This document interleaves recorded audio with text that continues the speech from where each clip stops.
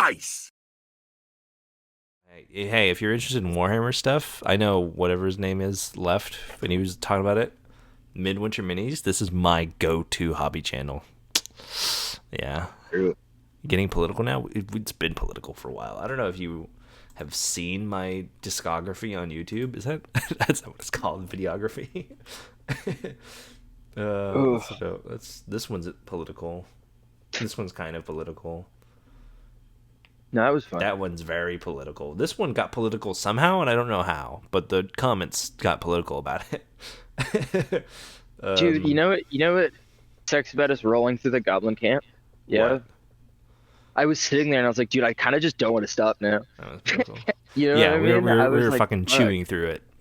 We were chewing through it in a way that, like, I think I don't. Maybe it's because, like, I just don't enjoy. I think the necromancer stuff's fun, and I think I got burnt out of it in the sense of like the story stuff. And by Act 3, right? Yeah, and I'm just like, Yeah. I don't care. You know what I mean? Right? Yeah. Like, I don't care to really talk to you. Like, I think because I found the combat so much fun, it made me not want to enjoy the story. That's cute. An inquiry. That's actually, that kind of goes hard. I'm game. Yeah. Let's do this. Let's just watch it. Hey everyone, and welcome to Game Assist. Oh, I don't like the the audio mixing, but let's do it. I'm gonna speed it up though because it makes it fun to watch. Hey, we'll see. My name is Errol. My pronouns are he, him. Let's get right into it, shall Maybe we? too fast. A few months ago, I challenged myself to tackle a game that would require me to really dig deep to pull it apart.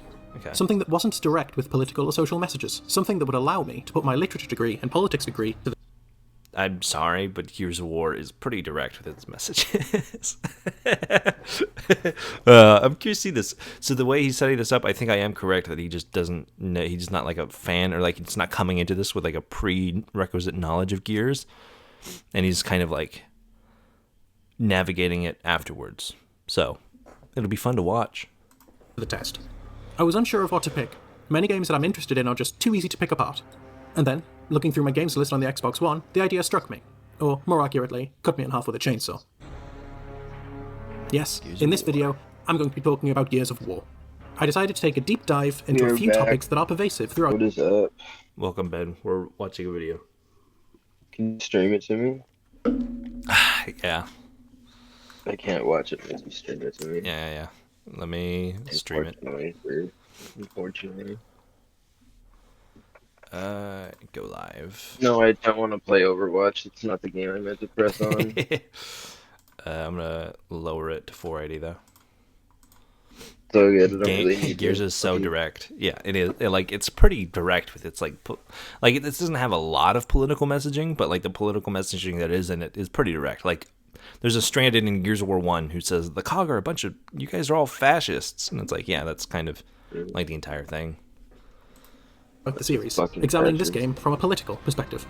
To this end, I decided to consume all know of if the it's too media loud, around Gears by of the way, War, chat. every single numbered Gears game, Gears of War Judgment and Gears Tactics, and every single comic and book that I could find. I have trawled the Gears Wikipedia pages, scanned Reddit threads, and attempted to condense it all into the 9,770 words that this script is made up of. To that Hold on. What are you doing? We're going to the gamer page. It's called. That's where all the. Can't wait for all the videos that I'm in to get fucking vaulted in a week. Yeah, not Yeah. vaulted, paywalled. It's gonna be awesome. Like, yeah, I'm on my buddy's channel, and there's gonna be no fucking history unless I pay money for it. I'm like, Why are we looking darn. at this stuff? I'm Yeah. just curious to. So I looked this up because I was curious to see, because he said that his script was 9,000 words Hold on, I'll long. be back in a couple seconds. Mine is 7,000 for this, which this video is like 50 minutes too. So I'm curious. I was just curious to compare it to see like how that was, because that's a lot of fucking words for a script. That's like, you're talking, if we're talking about MLA format, it's like a 15 something page script. Oh, it's shorter than mine too. So I wonder how he works it up. See why Ben left. Yeah. end, I'm here today to talk about how Gears of War's coalition of ordered governments, better known as the COG, takes clear notes from both historical and modern fascism, as well as having 20th and 21st century USA written into its foundations. I'm here to talk about how this game shapes hypermasculinity and fascism into the roots of the faction it labels as its protagonists, their relationship with those coded as indigenous, and the role that stereotypical gender norms play throughout the tale. In this video, I'm taking a game that primarily revolves around turning your enemies into chunky salsa and unpacking its roots. Grab yourself a drink and a snack, make yourselves comfortable, and brace yourselves for a very uncomfortable deep dive into the politics of Gears of War. Before we get into this video, immediate turn there's a off. few things you're going to... Well, I have it sped up. I mean, it's not... That's a personal thing. It's not like it doesn't really matter to the content of the video, but yeah, the voice is like not great. Not having enough buff men as a turn off, yeah. Touching a lot of the women in Gears in this video, okay. Going to need to know. Firstly, and quite obviously, this is going to contain spoilers for the whole Gears of War series, including the games, comics, books, and other media. Consider yourself warned. Secondly, and more seriously, I need to provide a lot of trigger warning, which also inform you of when certain mentions of the following, general and indigenous aside. To talk about these things, I have read a whole load of material. This includes the work of political theorists, news sites, the occasional blog post, and literal actual fascists, who, I don't know if you know, are bad people. I've read their drivel, so you don't have to. I will be putting links in the description to everything I've read, but I will not be providing links to any of the fascist material I have read unless it provides a critique. Simply put, they don't deserve a platform on this channel, and I'm discussing fascism enough as it is here. With that all... That's a take that is weird to me because, like, cite your source. Just because you think your source is icky or gross or whatever, cite it. Giving it a platform. Like, if somebody watches this and then they go to that source and then they pick up on it, they were going to do it anyways. But if somebody is watching this and they do quote the books at times, okay. But, like, they're talking about words of fascists or whatever. They don't source them because they don't want to platform them. There's a difference between platforming something and offering it up as like a source that you used to make yourself more credible. Platforming is being like, hey, I think this book is good. Go watch this book. You know, like, you're not really exposed, especially if it's like a famous text or something like that. You're not really platforming it because it's already out there. Like, you're not spreading it out more so. I mean, this video got 1,000 views 3 years ago. I like my thoughts exactly. Yeah, like this is kind of like a non-issue. Like, I don't see how it would be a bad thing. It makes me feel like your critique is going to be less trustworthy if you don't have a source or whatever to provide because you don't want to platform them. That feels like that's an easy gateway for you to just lie and then get away with it. And I don't like that. To me, it's icky. Dare I say, problematic. But let's keep going. All out of the way, let's begin. To start with, let's provide you all with a quick Gears of War history lesson. I don't think we need this. See, Dehumanization, with a name that's predictably plucked right out of the Eastern Bloc, and who is depicted as a fanatical socialist, created the idea of a world government coalition based on the 8 principles of order, diligence, purity, humility, honour, faith, labour, and loyalty. This was then modernised and adapted by a Mr. Nassar Embry. Remember this name, he's going to come up later. Into what is known as the Octoscout Cog. His aim was to unite the world with rich supplies of a miracle oil-like fuel, emulsion, right underneath their feet. This document, actions. I shall conduct myself honourably. I shall be loyal to and work to make a prosperity of independent republics, or UIRs, occupying nations and transforming them into a voluntary war that began as a conflict over emulsion and transformed into a war of freedom and ideology. After this war, set before the events of the games, and the Locust War, another planetary war that is depicted in Gears 1, 2, 3, Judgment, and Tactics, the cog was utterly destroyed. But from the ashes of these conflicts, it reformed, with new leadership and purpose. War 4 and 5. We also see the beginning of the Swarm War, essentially a continuation of the Over. Okay. Many of us, the cog is clearly a fascist regime. There are 2 major arguments against this, both of which end up reaching the idea the cog is socialist or communist. I'm going to start by confronting these arguments. The first major argument is one to do with politics rather than the game itself. The usual horseshoe theory argument. that they're actually left-wing, and that due to horseshoe theory, the far left and far right circle back, and are actually closer than you'd think. This is actually meant to be the USSR, everyone. These are the evil communists. Ooh. No. See, there's an issue with the existence of horseshoe theory that we need to confront before I even break down why it's politically bad too. It's just so damn convenient. What a perfect tool to conflate acts committed by the state, such as police violence, discrimination against marginalised people, with theoretical acts committed by the left wing, asking for basic human rights. It's the same nonsense as the existence of the alt-left, which isn't a thing, or claiming that Antifa is a group to be vilified, when it isn't a group at all. It's a movement. Horseshoe theory exists to cloud who the real fascist... So that's where it is. That there is no alt-left. Yeah. So there is a small microgram of truth to that, because China and the USSR, communism is to comprehend the video. That's fine. This is all going to go up on the channel later this week anyways. It's like a full thing, whatever. But like, communism is like a left-leaning movement that is co-opted to turn it into a kind of semi-fascist regime, right? I'm also very tired, so I'm trying to do big thinking. It's not working, but like that doesn't mean that like there is such a thing as going so far left that you end up right?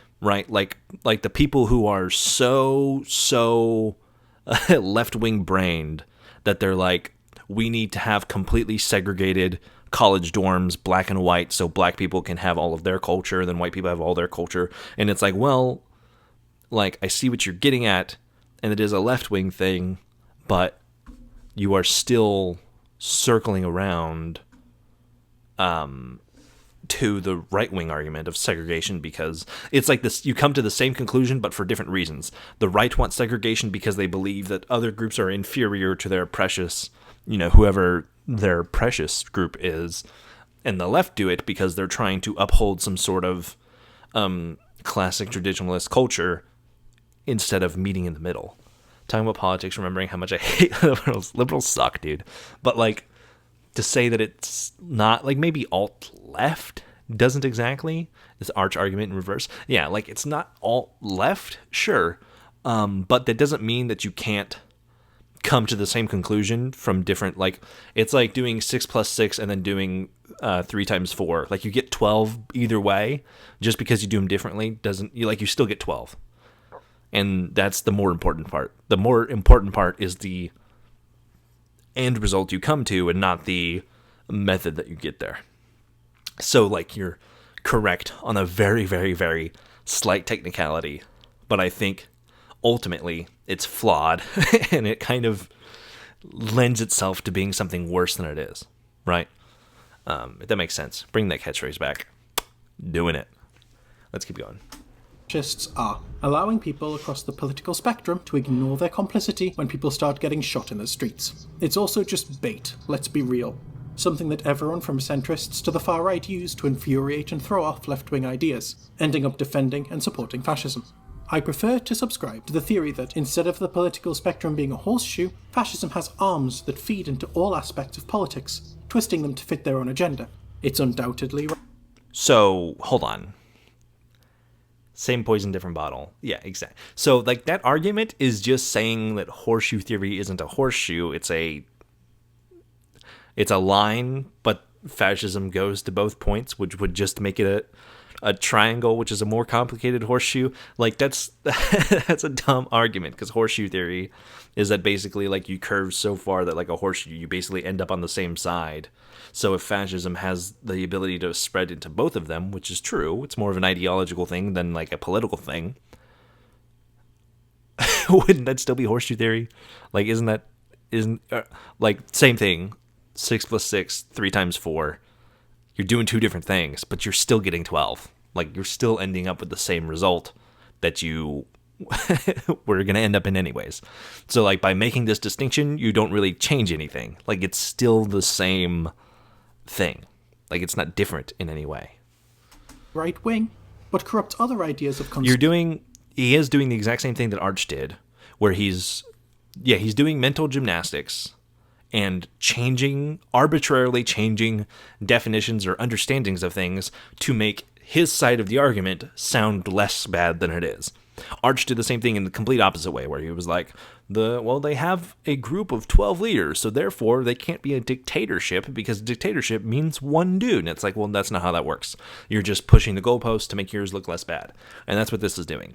It is making it more complicated, but it's the same thing. So it's like you're not doing anything but trying to ward off people who don't have the capacity to sit and think about it. But you're ending up in the same exact point that you were at, but you're trying to make it sound like you aren't what you're describing, basically. It's like calling the kettle black, but then saying, well, no, actually, it's a different color of black. Like, can't you tell? Like, it's a different shade. It's like, no, it's not. It's just black.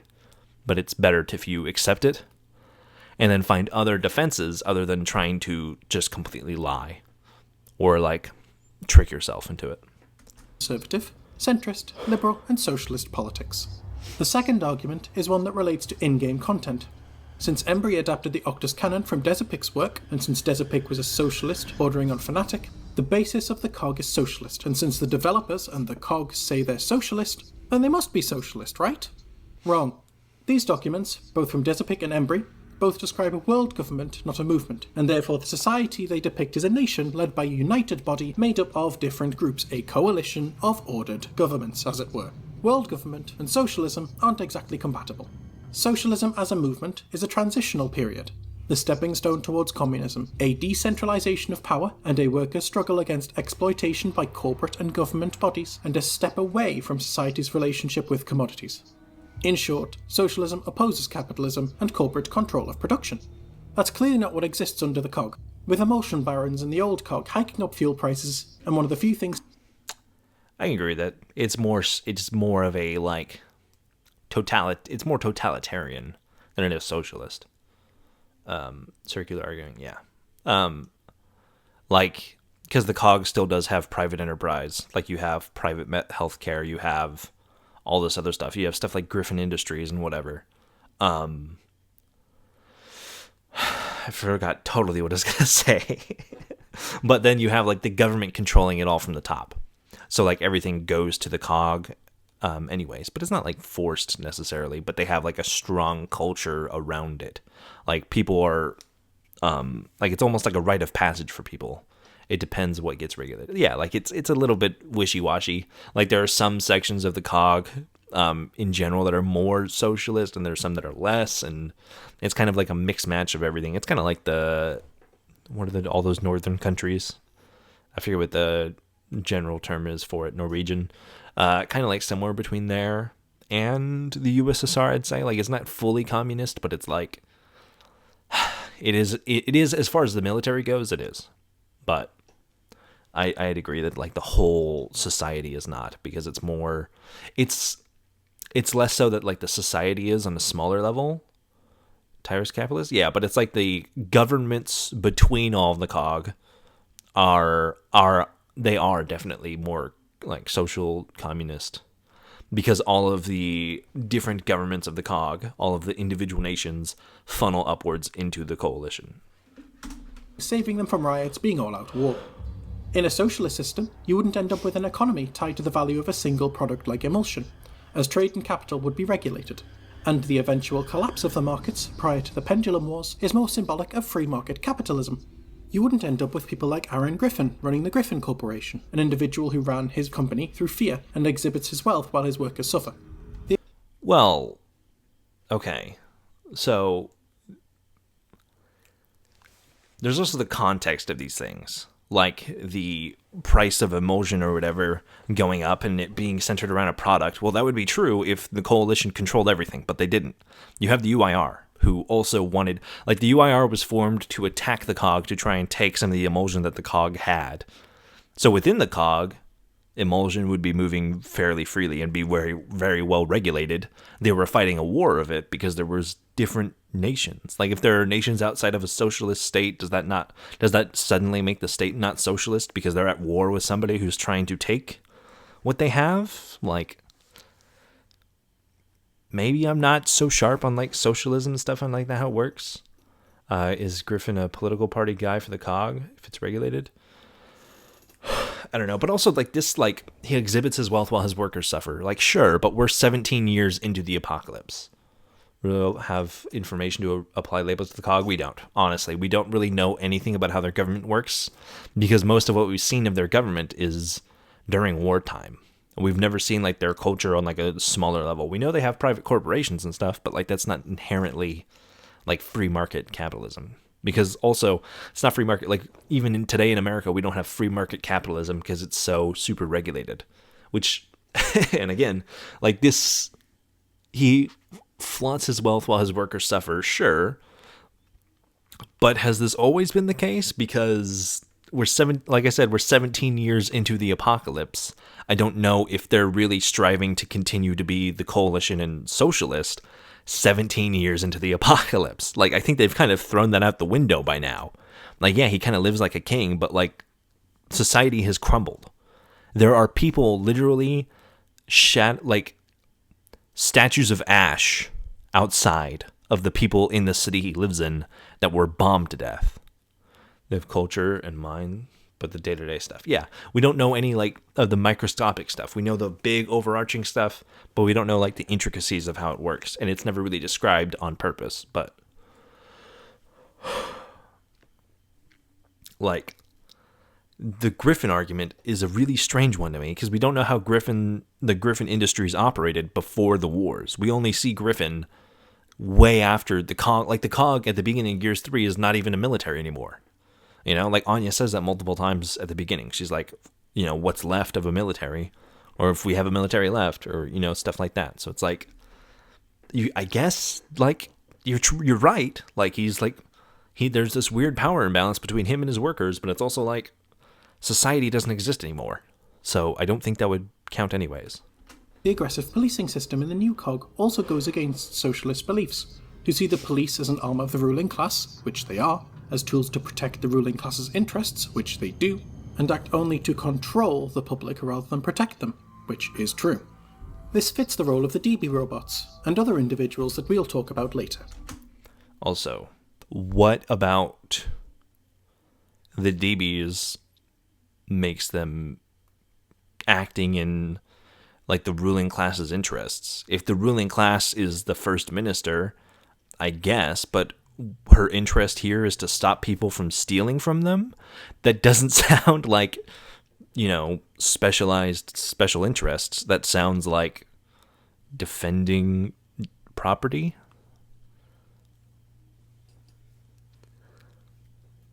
That sounds like they're protecting the people by protecting the things that they have, you know, their city, the thing they're using to help make their city.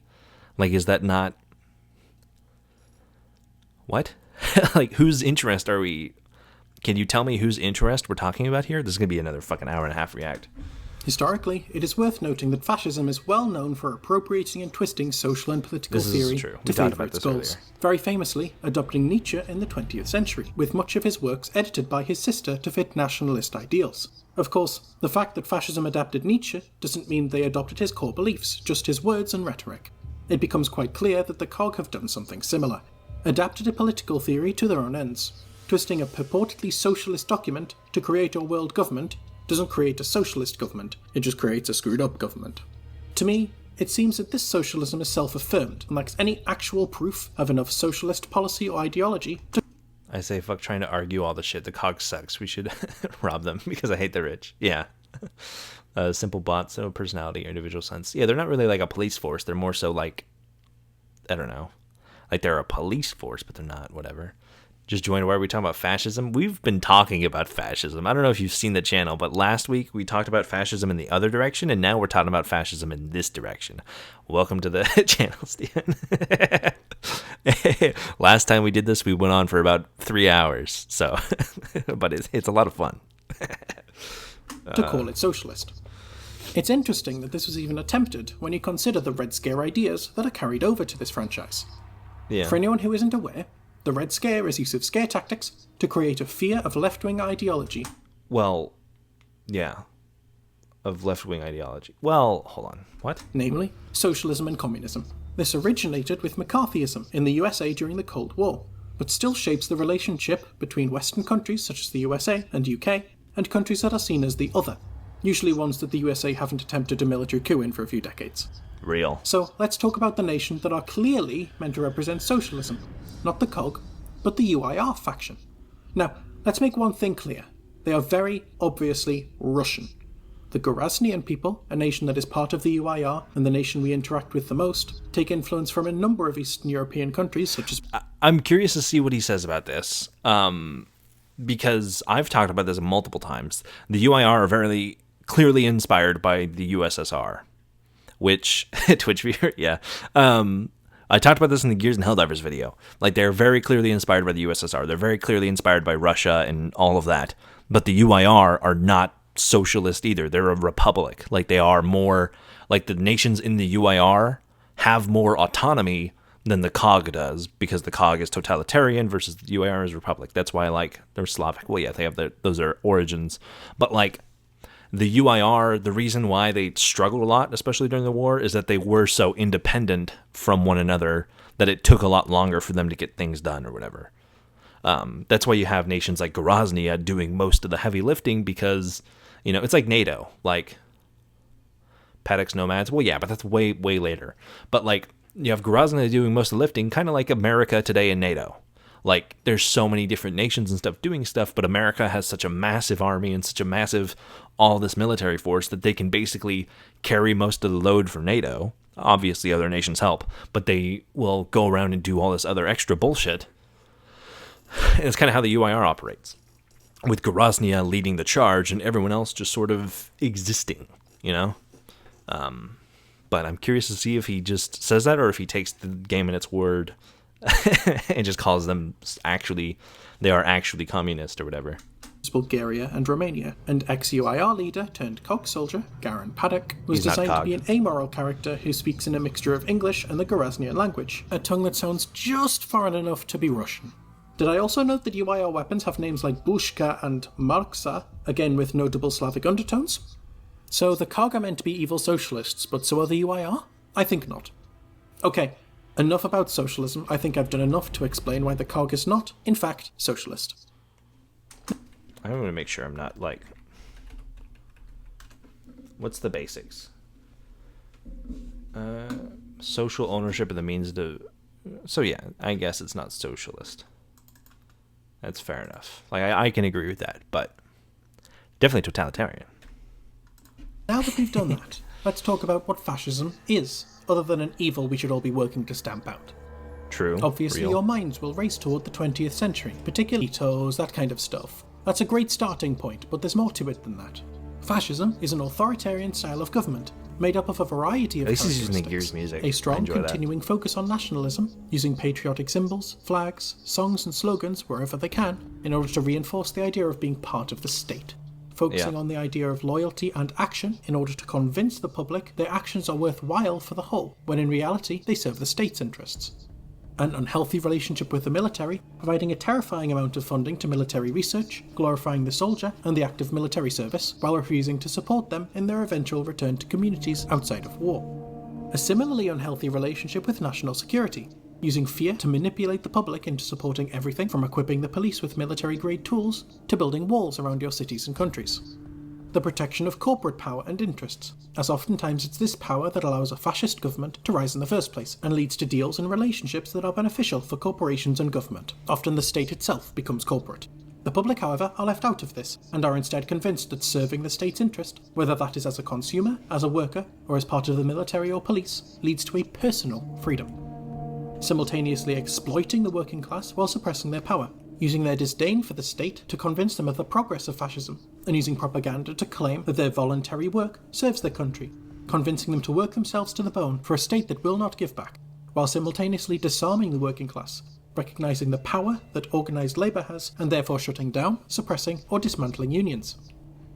Sexism, homophobia, racism, and ableism goes through the roof, using strict ideas around gender, particularly the role, safety, and place of women in society, to instill a bigoted mindset amongst the public, pass homophobic and transphobic policy, and place the woman in a strict role of baby machine and This is all true, but what does that have to do with development gears? of a patriotic unity through the formation of scapegoats and enemies, creating a patriotic fury through the Okay, first of all, clearly, scapegoats, enemies, true, but the UIR are a thing. It's not like a fake thing. We're not talking about like Germany blaming their issues on the Jews or MAGA blaming issues on trans people. We're talking about an actual opposing government. So I'm curious to see how he tackles that, because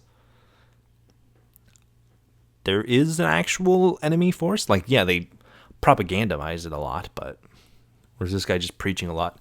Like, yeah, he's correct. I guess he's laying the groundwork, which is fair enough, but I wish he would tie it into why it's with the cog while he's explaining it, rather than explain it all and then explain all the cog bits. Like, you could cut the script down half as much if it was just written, like, you know, tighter. picking up a common threat. People from different religious backgrounds, those of different races, and those who do not share the fascist political agenda, all of which serve to create an empire of their own making in order to preserve their own ideals. Using history and religion to manipulate public opinion or intertwining the church and state. Using the most common system of belief to manipulate public opinion and twisting religious regards to historical empires and to their platform, undermining academia, silence towards both education and the freedom of expression, hate and explore. That is, until they run the joint, who all serve to protect each other from what the public see, hear and believe, want them to see. An obsession with policing, crime and punishment, giving police almost limit at a point where they overlook police abuse, civilian population, sake of public security, if they have manipulate is increased. We can see in respect for the state, diligence in the persistence of the cog civilians, version of fascism. We can see many of the traits that the fictional Deserpic describes are necessary in his world government. Order in respect for the state, diligence in the persistence of the cog civilians, humility and honour in their obsession with history and through their language used in nationalist propaganda, labour in being a voluntary servant to the corporate state, and loyalty in rampant nationalism. Purity and faith can be seen through their attitude towards the military, and we'll get into that later. We can see several other elements of fascism through both old and new cog, the relationship between government and business, seen with the emulsion corporations and DB Industries, the cult of leadership seen with Embry, Prescott and Gin, the repression of criticism through... There's not a cult, though. The cog is more Italian fascism than the racism out of not... Yeah, kind of. But also, like, there's no cult of leadership. Nobody likes Prescott. Like, they very openly... Most of the people in the cog, at least the characters that we see, don't really like Prescott or Gin. Like... I forget the other one who said is Embry. Embry, kind of, yeah, but that's more of because he's like a founding father type figure, not because like they have like this celebrity type thing with him. Through the violence towards stranded and civilian protesters, and the ignoring of the rights of the individual, best seen in their relationship with the outsiders. So now we're here. Let's talk about some more intricate Kind of. The outsiders are like their own separate thing, though. They're not like cog civilians. They're like a separate... Yeah, lots of people don't like Prescott. People, yeah, Hoffman, fucking colonels, top brass of the cog don't like Prescott. Like, I'm not saying that they're not fascist. Obviously, they have a lot of those effects, but like some of these criticisms are pushing it. Like it's a reach more so than like fact, and that's where I'm trying to discern from the overreach of things. Details that really hammer home the fact that cog are indeed a fascist government. And you need look no further than their architecture to see the inspiration. Indeed, many of the buildings have ancient Greek and Imperial Roman inspiration underneath their Gothic designs, with influences from the Roman Pantheon and other temples, as well as statues echoing this same ancient Greek and Roman imagery. But why Rome, you might ask? Well, fascists romanticize Imperial... We talked about this earlier, like they use these same symbols to, drive home, like artists, not the actual universe itself, but the artists who are creating these universes will draw on these symbols and stuff, like Warhammer using Gothic, using skulls, using the eagle, using all that kind of stuff.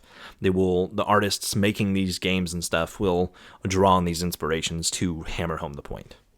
So we did talk about this last time. Rome pretty consistently, with the brutal history was awful, but its symbolism was again a distortion, becoming a model for the third right thinkers who envision a white United States, see it as a revival of the Roman Empire.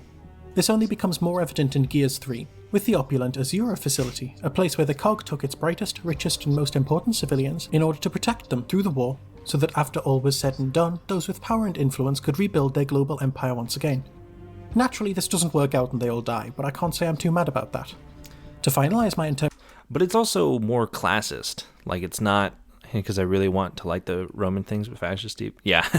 But like also Azura is more of a classist thing than a racial thing. So like they're not drawing on it for like a white supremacist. It's just sort of like a elite thing.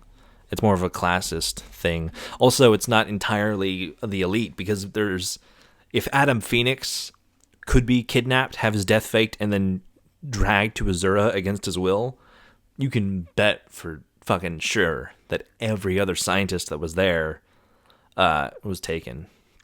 Implement a lot of the gear symbols throughout their architecture. Yeah, they definitely reinforced the whole like gear idea, gears in the machine or whatever, cogs in the machine. But like,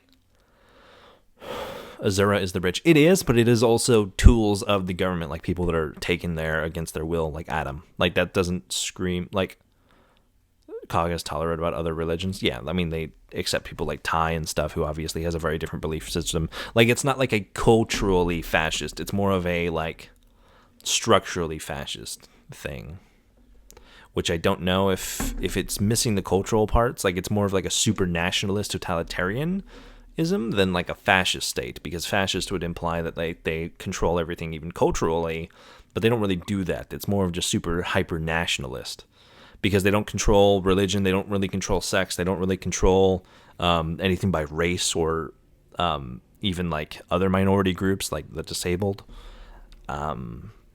It's more so just like a nationalist pushing everything to the top of a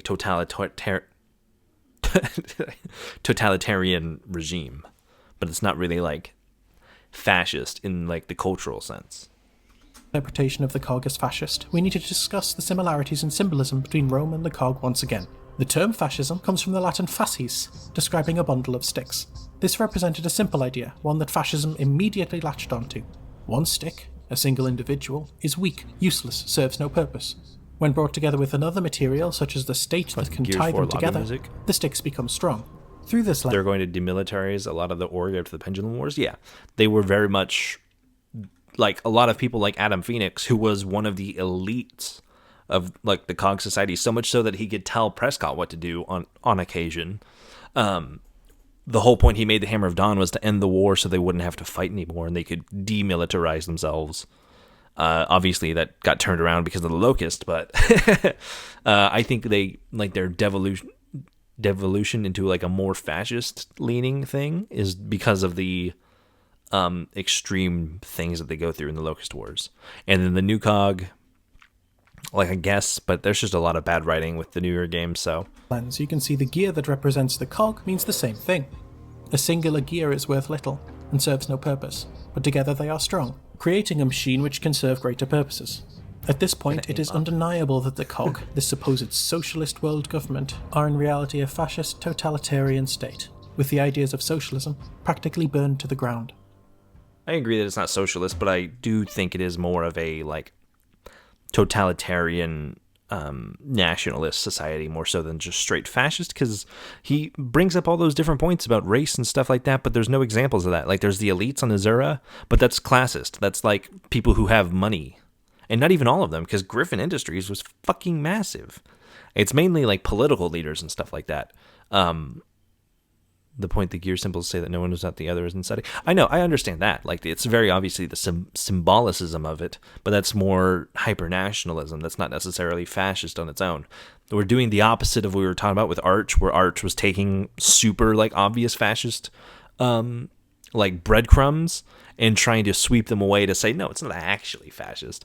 In this, we're doing the opposite, where there's, like, little tiny breadcrumbs towards fascism, and he's, like, replacing the breadcrumbs with entire loaves of bread to say that it is fascist. So, like, we're flip-flopping. We're horseshoe theorying, but in the other direction. Or as he says, tendrils of misinformation.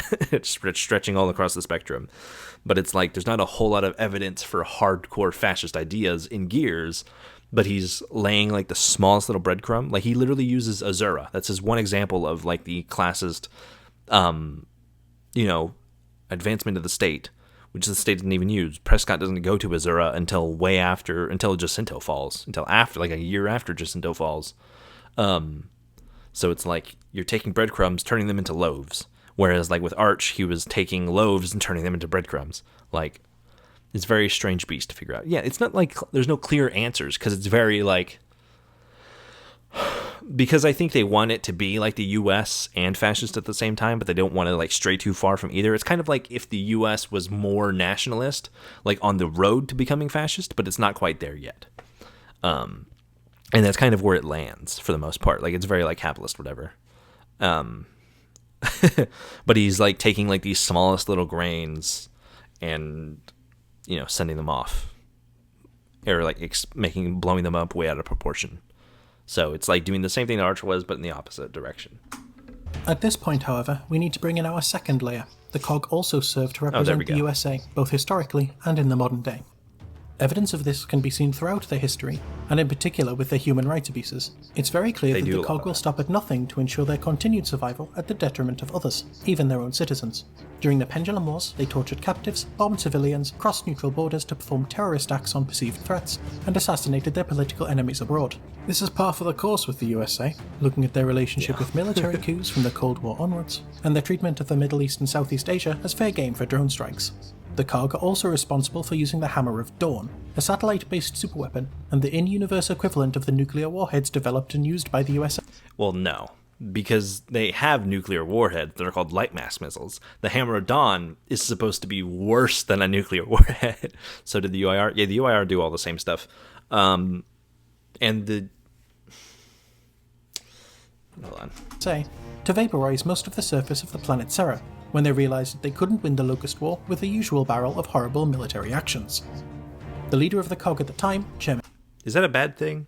Like, hell yeah, USA. Let's burn random. Yeah. Yeah, that's basically what the USA is, like a dude who gets a lifted Ford F-250. But like, the scorching, like, obviously it was a bad thing because it killed a lot of like millions of their own people. But it was also like their only option they come to. Like, Adam came up with one other option, which was the sinking of Jacinto that they eventually do in Gears of War 2, but they needed a solution right then because the Locust were going to make them extinct. So, like, what is the... As much as I don't want to play devil's advocate with an event that killed millions of people, like, you're taking this completely out of context of, like, the Locust invasion and everything like that, and, like, as if the COG just, like, they had, you say it as if they had other options, and they just did this anyways. And it's like, well, that's not really true. They did this to try and minimize... It's like if you do like the World War II, should we have dropped the nuclear bombs debate? Like,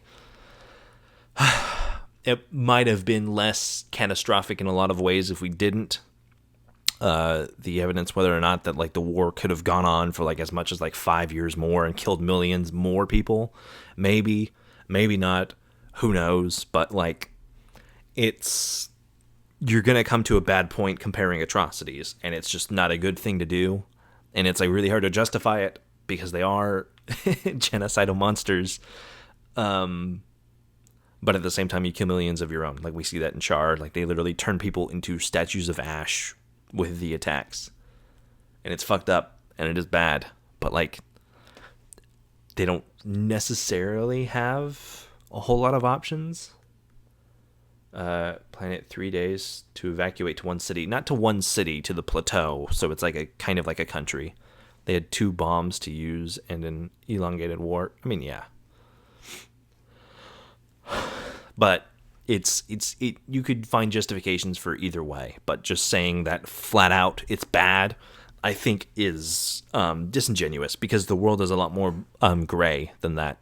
If the world was that black and white, that would be awesome. But then at that point, you're living in like you're kind of lying to yourself, and you're kind of, I don't know, like you're not doing well for everyone. I also didn't update the fact that we're not in Baldur's Gate anymore. God damn it. Sorry, Twitch. We've been on this for like an hour. It was a lot gray in Gears. I mean, yeah, there's a lot of grayness to Gears, and that's very much on purpose. And Prescott gave the total population of the planet 3 days' notice to evacuate to one. Not the total population of the planet, just their people. The UIR was not given a chance. Well, I mean, most of them were destroyed by the point. Anyways. Claiming to be so that the Locust couldn't respond, it was a coordinated move to eradicate those they saw as a threat. As you can imagine, those they saw as a threat. So you think there was some... They didn't want to do it. A whole lot of people died. They didn't want to do the hammer strikes. Adam didn't want to do the hammer strikes. Hoffman didn't want to do the hammer strikes. Even Prescott talks about how much the hammer strike sucks when he flies on that Raven with Adam afterwards. Like, it's not like they did it because they were like, oh, let's take care of our political enemies. I mean, Prescott does do that like he does it with Gabe or whatever. Like, they do assassinate political targets, but it's not like they use the hammer strikes as like an excuse to get rid of people they really didn't like. Like, yeah, the Locust is a culture. Like, the Locust attacked them first. Like, I don't know what to tell you, but if somebody breaks into your house, somebody breaks into my house, I'm going to shoot them. I'm not going to be like, well, he's got a family at home. You broke into my house. Like, I'm going to shoot you. I'm sorry. It sucks. And it sucks when you lose human life, and it's a shame for somebody to die. But also, don't break into someone's house, Like, it's not that hard. Mira had a chance to, like, come to a thing with peace, but her and Rom didn't want to see it through that way. And I feel like it's obvious that, like, there was never, like, an option for peace. Like, Mira, even 17 years on in the war, still doesn't want to give them a chance. My house, my rules, and around here the rules involve shooting everyone and not missing. Yeah. 3 inches to the right. that would have been so much better.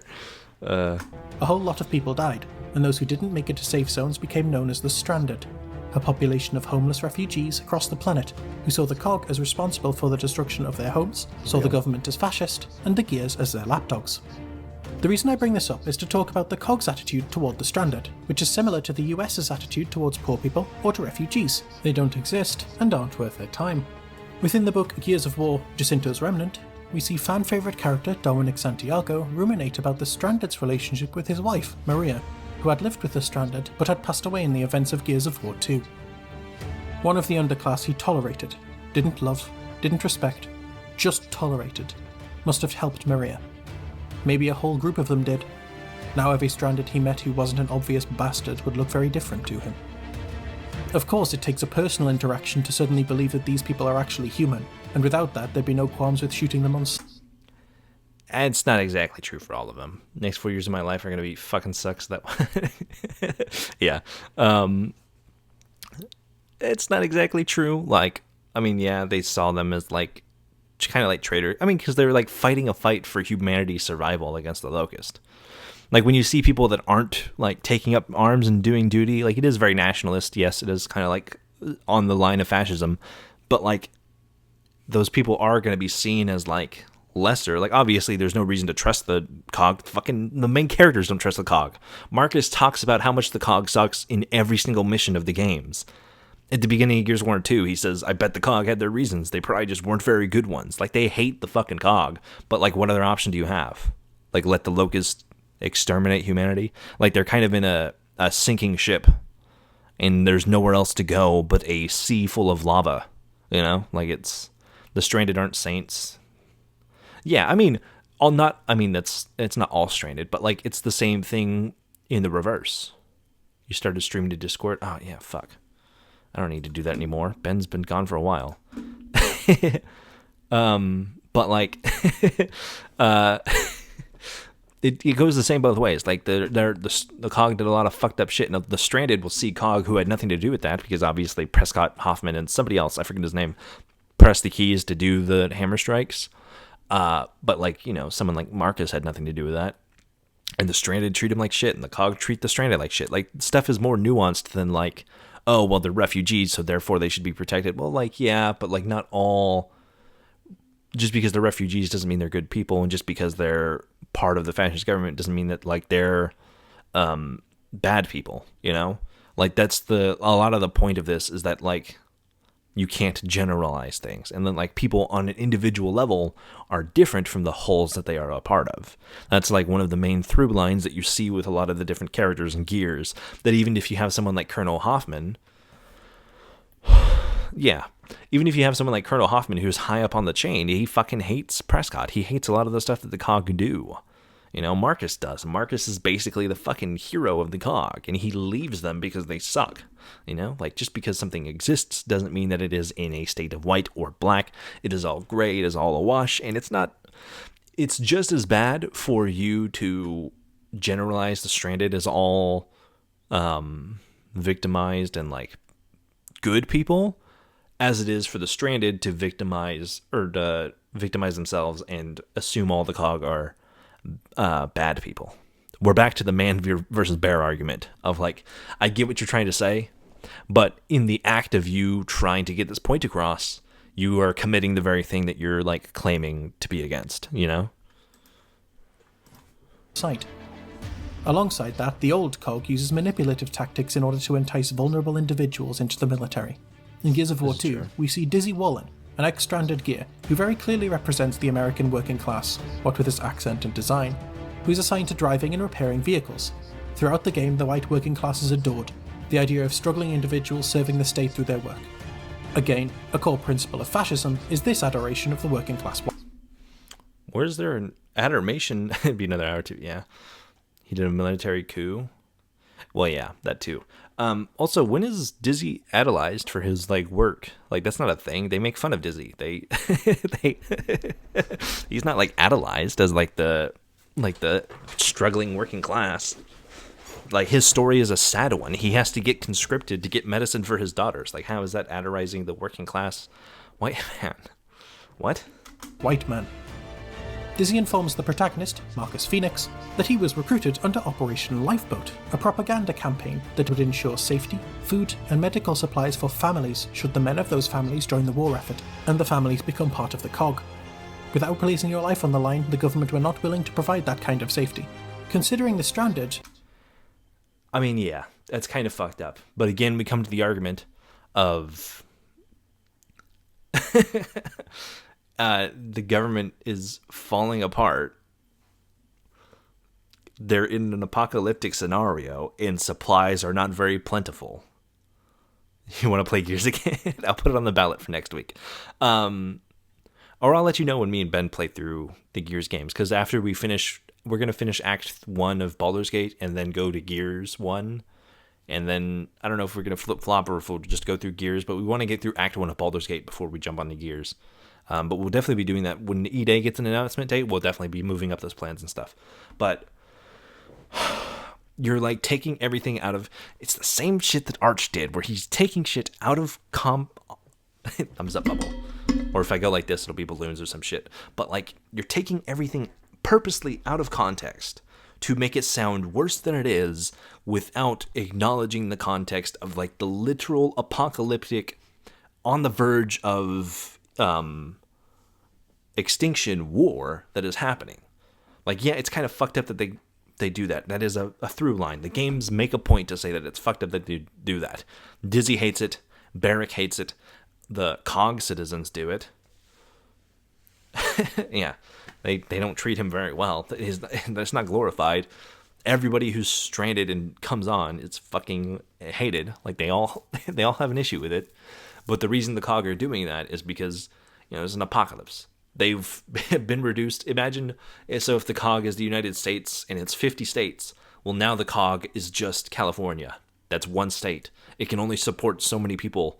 So if you're fighting this massive apocalyptic war, you're probably not going to take people in without asking them to help you join the forces in return. You know, like, that's just, I feel like that's more common sense, and it's not necessarily a bad thing. Like is Ricky Dicky Doo-Dah Grimes a bad person for whenever they take someone in, they ask them to do their part and, like, help out around their like, civilization stuff, you know?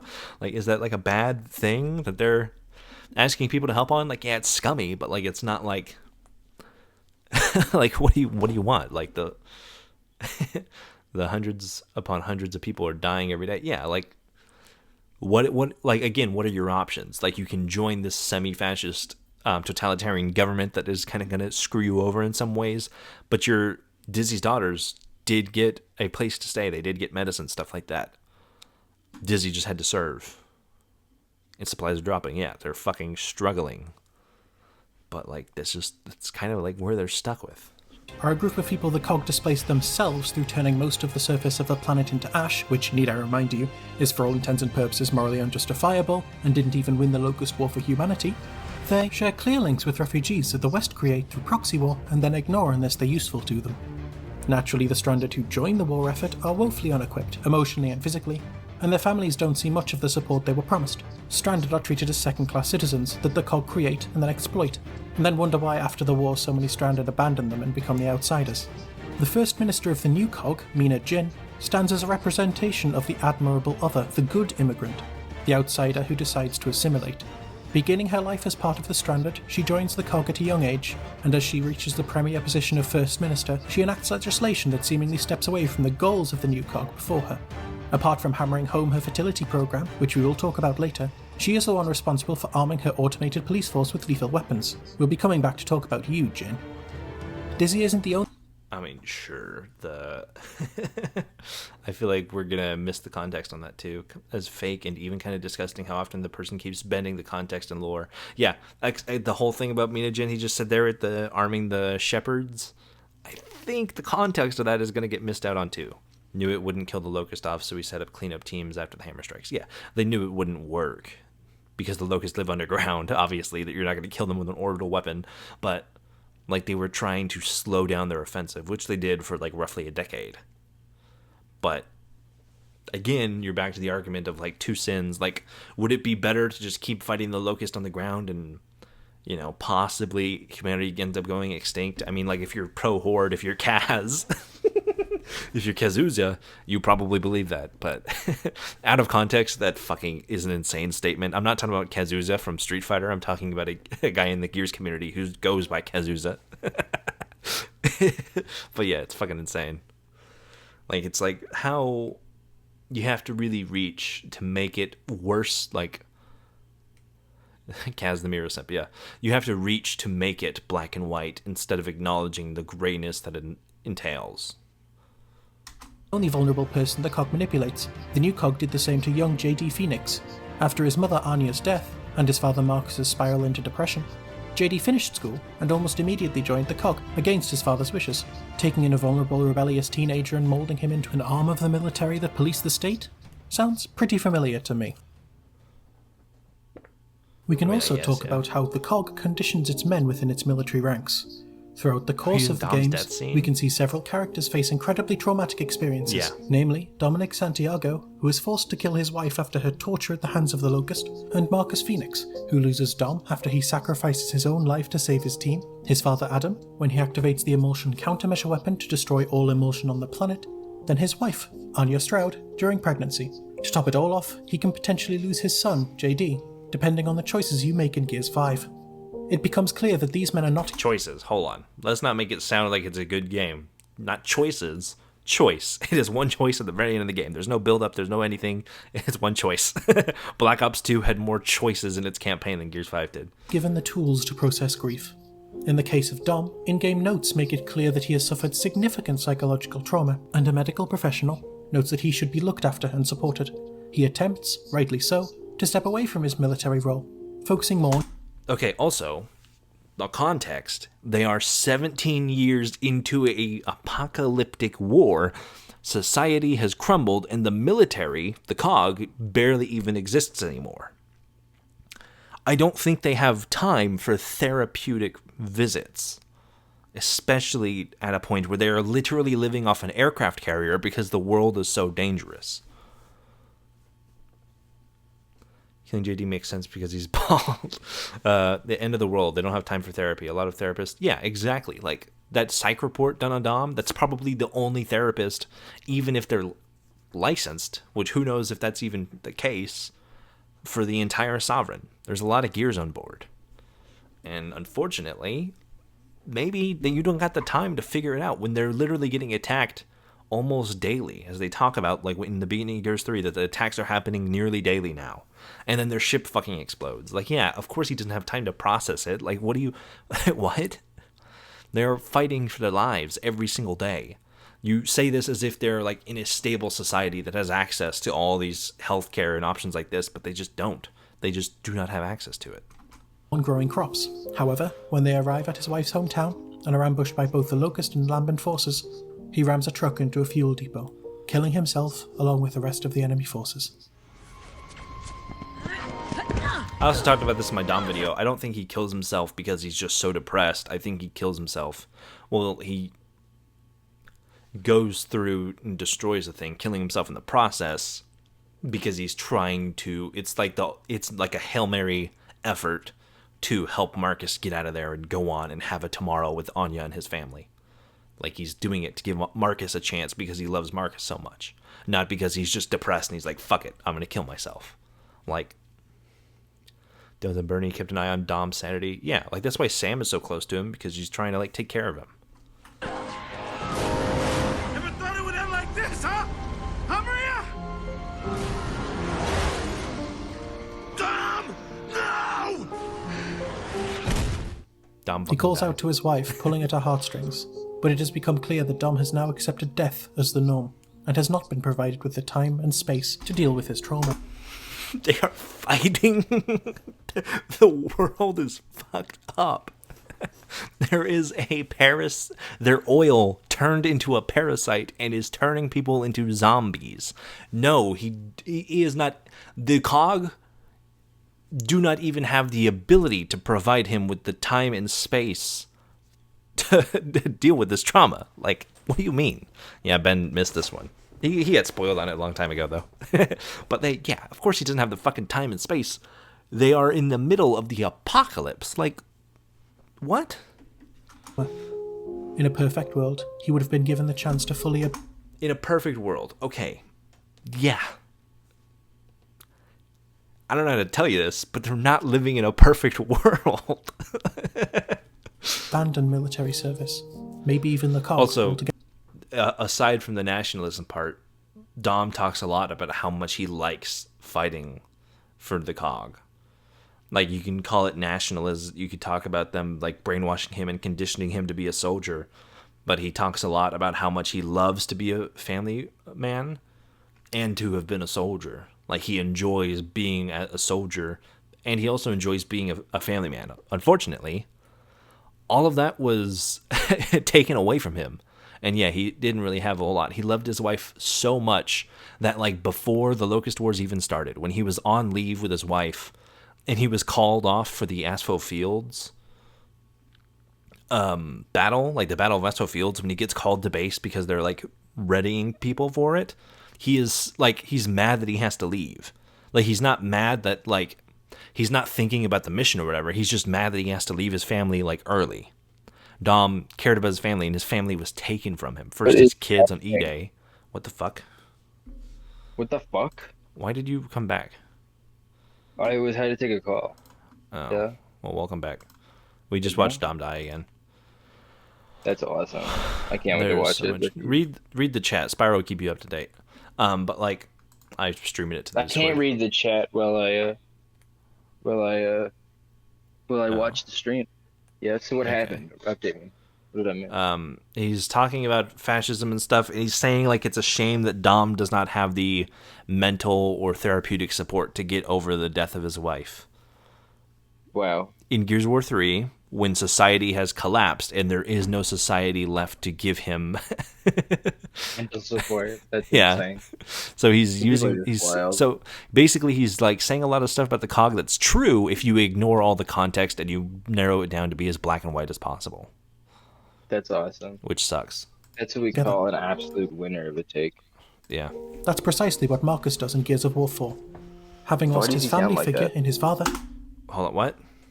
Why does he sound like that? He just does. We got to get over that.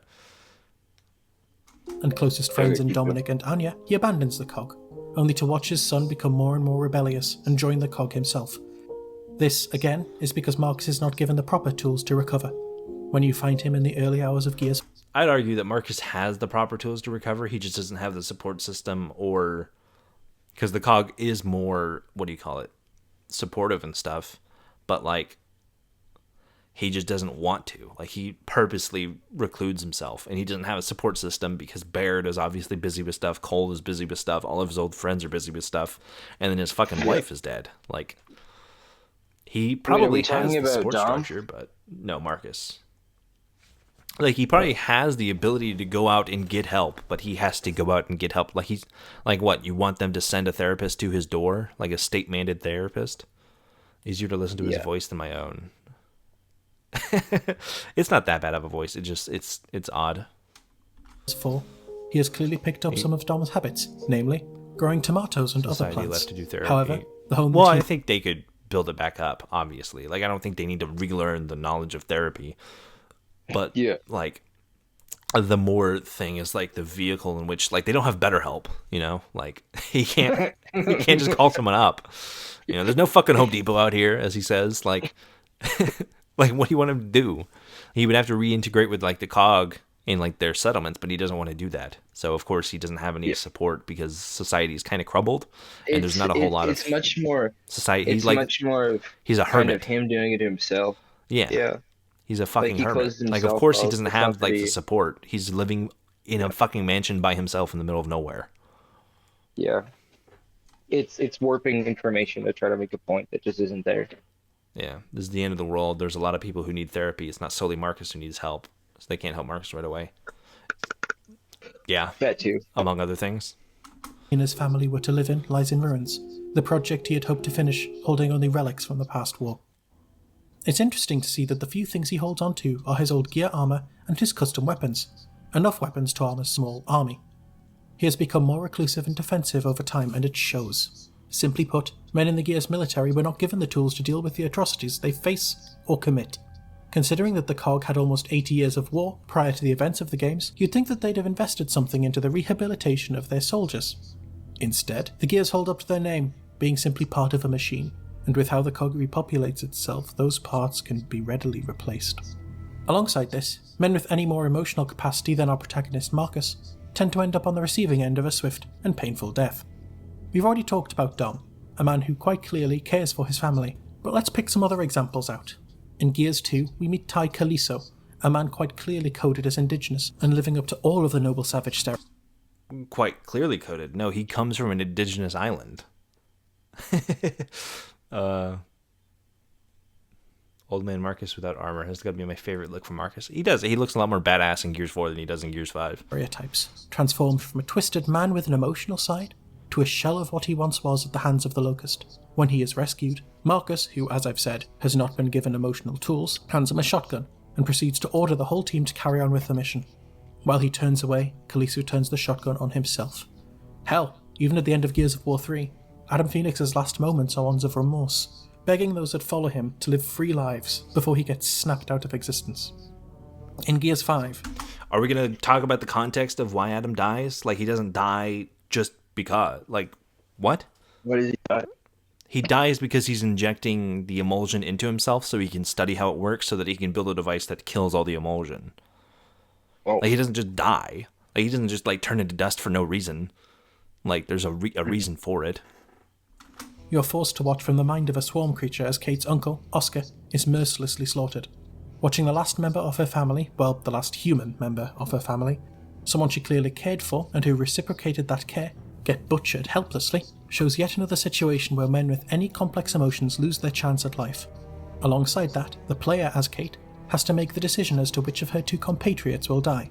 JD, a man who is incredibly remorseful and regretful of his actions, which have been both heinous and heroic, which breaks the heart of his father Marcus, or Del, one of the few black men in the franchise whose personality doesn't boil down to a generic stereotype. Okay, so... Hold on. He doesn't want to test on prisoners. Yeah, Adam does the testing on himself to be more ethical about things. The black man who doesn't boil down to a stereotype. I'm trying to think of all of the black characters in Gears. Keegan, I don't know if you can call Keegan a stereotype. He's kind of got like a stereotype like personality, but there's not a whole lot we know about his character. Cole, on the face, is very stereotypical, where he's like, you know, he's making rap music and he's an athlete and whatever, but like he's also got one of like the most like you said, you read the books. Like, what about like everything else about his character? Like, I'll give you in the games, he's very stereotypical, but like he's also, well, not in Gears 3, but like he's a very genuine character and is not held down by all of the stereotypes. Mm-hmm. Yeah, Dell is a stereotype. He's just not like a black stereotype. I know they're talking about Cole, but like, to me that just screams that you're not as well informed on it, or you're specifically leaving it out to make Dell sound better, or like they're targeting Dell because he's not a stereotype, as if the game's like froth at the mouth for a stereotype. Who discusses wanting to become a teacher after the Swarm War ends. At the end of the day, only two kinds of men exist in the Gears universe. Those hardened by war, who show little emotion and obey the cog, individuals. So that's not true, because all of the members of the cog we know show emotion. Marcus is probably the exception because he doesn't really show it. He's just very, what do you call it? He's not like very open about it. Hoffman, obviously, we don't really see it in the games until Gears 3. Gears 3 is where a lot of the characters actually get a chance to be emotive. Doesn't hate the stranded, understands their plight. Cole just doesn't hate anyone. He just cares about respecting and like letting people live, which is the same thing as like Ty does. But like Baird, I mean, he doesn't have little emotion. He's just sort of an asshole. Hoffman very obviously has a lot of emotion. Like he's like fucking debating about whether or not to call the hammer strikes because he knows it's going to condemn his wife to death because she's in the danger zone. But I mean, if we just skim over all of the books and stuff that you said you read, then like, yeah, I guess, like, sure. Again, if we just devoid the entire series of context, yes, you're correct. Those like Colonel Hoffman, Marcus Phoenix, and the likes of Baird and Cole. And those who defy these ideals show emotion, which is seen as weakness, and are therefore not fit to continue surviving. Speaking of which, we need to talk about the fact that many of these men that we play as are complicit in the cog's vice grip on the planet. I've already talked about the DBs in the new cog, a type of humanoid robot designed by another series protagonist, Damon Baird. Originally designed as trash collectors, construction workers in hazardous areas, and for other high-risk work, they end up becoming guards before becoming a police force, eventually taking any and every role that could possibly be dangerous to humans. This, interestingly, seems to have been an attempt by First Minister Jin to preserve human life, but she is more than comfortable with her automated police force, armed with both non-lethal and lethal weapons, firing on civilians. We still don't know a lot about the massacre at Settlement 2. We do know that they were throwing firebombs, which, I don't know, but as much as I'd like, whatever, throwing firebombs is not really a way to get a peaceful response from, the the police. Maybe it's just me. Maybe if you're throwing firebombs, like it's hard to excuse like the cog for like shooting on civilians, but like if you're using firebombs, you're not like asking for a peaceful protest. Like it's not like they were just like they had signs in the street. They were throwing firebombs. Yeah, you're acting out with aggression towards, you know what I mean? Yeah. Like, and like the whole thing about them being complicit with the cog, again, we're back to like the survivalist argument of like, well, okay, like what do you want Marcus and Dom to do? Leave the cog and just give up on fighting the Locust and wait for them to just whittle out the rest of humanity and drive humanity extinct? Like what is the option there? Like, yeah. You're not going to coexist with the Locust. They want to kill all of you. So like you either band together and you kind of have to suck it up and like work together with the cog, who is like the only organized force left on the planet, or you have to find a corner to go die in. Like those are your only two options. Other than that, several human cog soldiers, accompanied by DB automated police who are armed with lethal weapons, were responsible for shooting civilians who were protesting against the new cog. See, whilst building these new settlements, the cog had promised to allow these individual settlements to diverge, creating their own cultures and norms, and eventually become more independent from the cog. Naturally, the government reneged on their word. In this, we see a very familiar picture. Protesters arguing for their freedoms, things becoming violent due to police escalation, and the arrival. We also don't know anything about how it got violent. Talk about the Locust? Okay. Yeah, Ben is here. Oh, yeah, Steven's in chat. Hello. Yeah, Ben is here. Hi, Steven. Hope you're doing well. I can't see the we messages. We don't know anything about the Settlement 2 massacre, so to say that there was obviously police escalation. Well, it almost feels like it's griping at a political thing. Well, that's right? like what we've been talking about. Like he's doing the opposite thing that Arch did, where Arch was taking breadcrumbs, or he was taking full loaves of bread and turning them into breadcrumbs to try and make the Imperium seem less bad. This guy is doing the opposite, where he's taking breadcrumbs and turning them into full loaves of bread to be like, oh look, they're this and this and this, and it's like you're correct. He's adding in. You're correct if adding we in completely detail. ignore and devoid all context and make it black and white as possible. Yeah, but he's also, I know, it feels like, I don't know, maybe I'm wrong, but like he's adding in stuff. Yeah. Well, he's like and making he's assumptions thrown- and stuff, like with the police escalation Yeah. stuff. We don't know how much it's escalated at once. We don't know what happened. We just don't know. We know that there was a protest, that the protesters were using Molotovs and firebombs and stuff, and that the COG fired back. We don't know how it started, which side kind of started first or whatever. You know, we just don't know. Level of lethal weaponry on the side of the state, and the protesters using more and more tools at their disposal to protect themselves and protest. Of course, since the state views all groups of resistance as threats, refusing to understand them and fiercely attacking all of those who question, this was never going to end well. As the violence progressed, J.D. Phoenix, the central protagonist and the character you play as in Gears of War 4, orders his DBs to open fire on the protesters.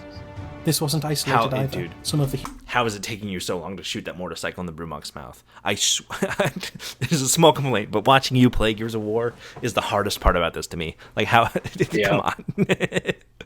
That's a completely different thing, but human goddamn. soldiers also ordered their DBs to do the same. All of this for compliance. It's becoming clearer and clearer that the COG has become a police state the further we dive into this. I mean, It's yeah, it is in surprising some that cases, this is but- such a small footnote in the list of horrible things I'm discussing, but the franchise also trivializes genocide, making it an incredibly regular occurrence within the franchise. On Yeah, but three I feel separate like that- occasions in the Gears of War series do you enact genocidal hostility. Okay, hold on.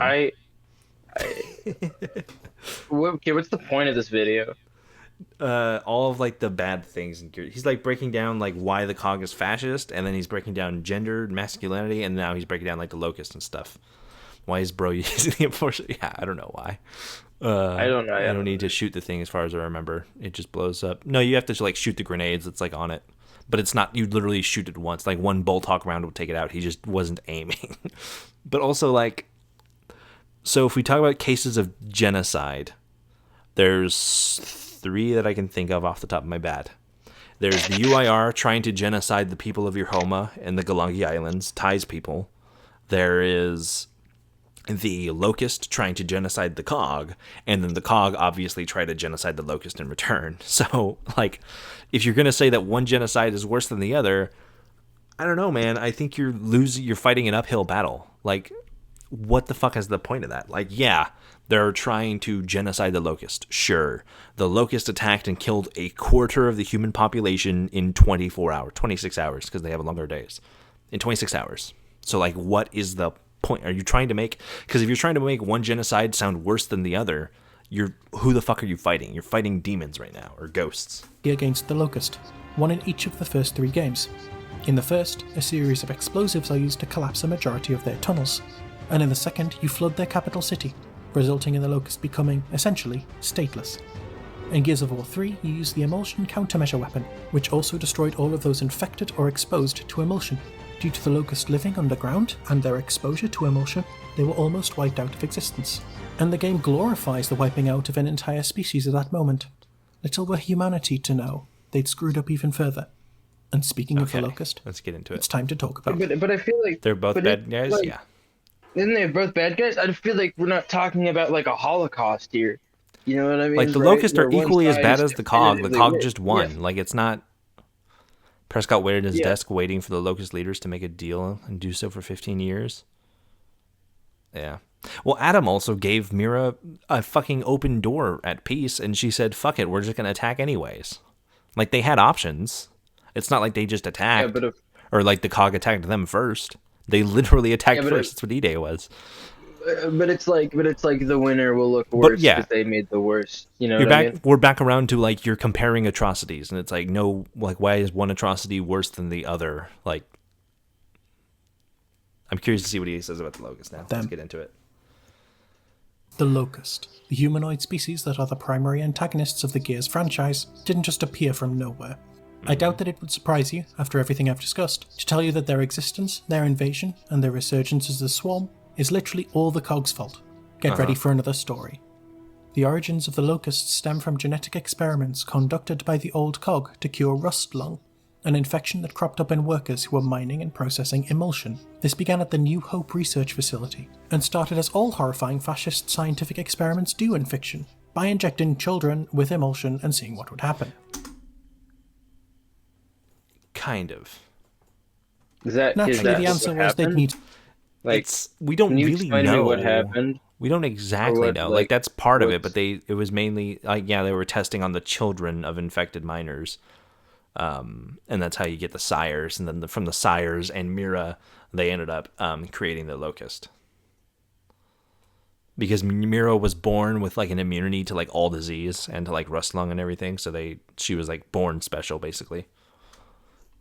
Okay, and then she created the rest of the Locust, or Yeah, well, they took her DNA and spliced it with the other.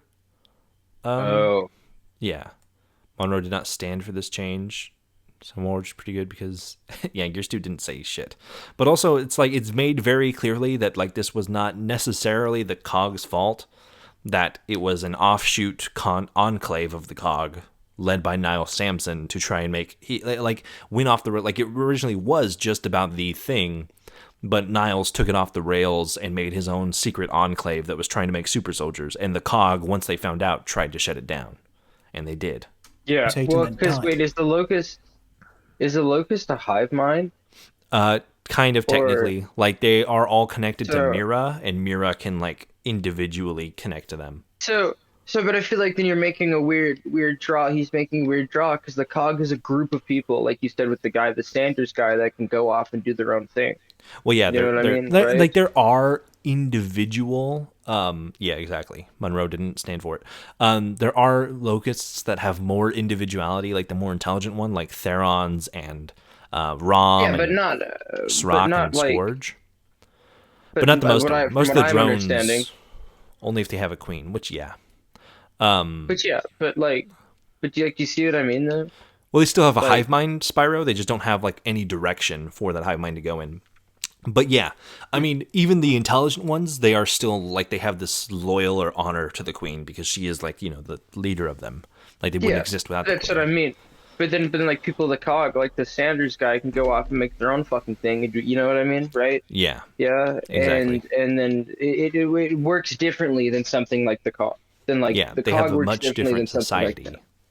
They have a Yeah. much more. I mean, that's why they're called Locust. They have much more of a hive society than the COG do. Yeah, I just Apart feel from like it's one, weird. a young girl called Mira, who had a genetic immunity to the effects of the emulsion. It actually served to make her stronger, improving her immune system and making her age Yeah, slower. they did. While trying to replicate her abilities, the scientists attempt to mutate yet more children, this time using the DNA of the creatures that lived underground alongside the emulsion, creating genetically unstable monstrosities that came to be known as sires. Naturally, the scientists at New Hope tried to cover up this element of the experimentation, but the information leaked to the old COG government, and the chairman at the time shut down the facility. Of course, this story doesn't end there. A group within the upper echelons of the COG, described as a fringe group, secreted the scientists responsible for these last experiments away, taking Mira with them. In spite of simply being a fringe group, these individuals clearly held a great amount of power, influence, and money, building the new Mount Kedar facility and providing the scientists with the materials and funding to continue these experiments. The end purpose is no longer simply to cure rust lung, no, this time it was the full fascist fantasy experience.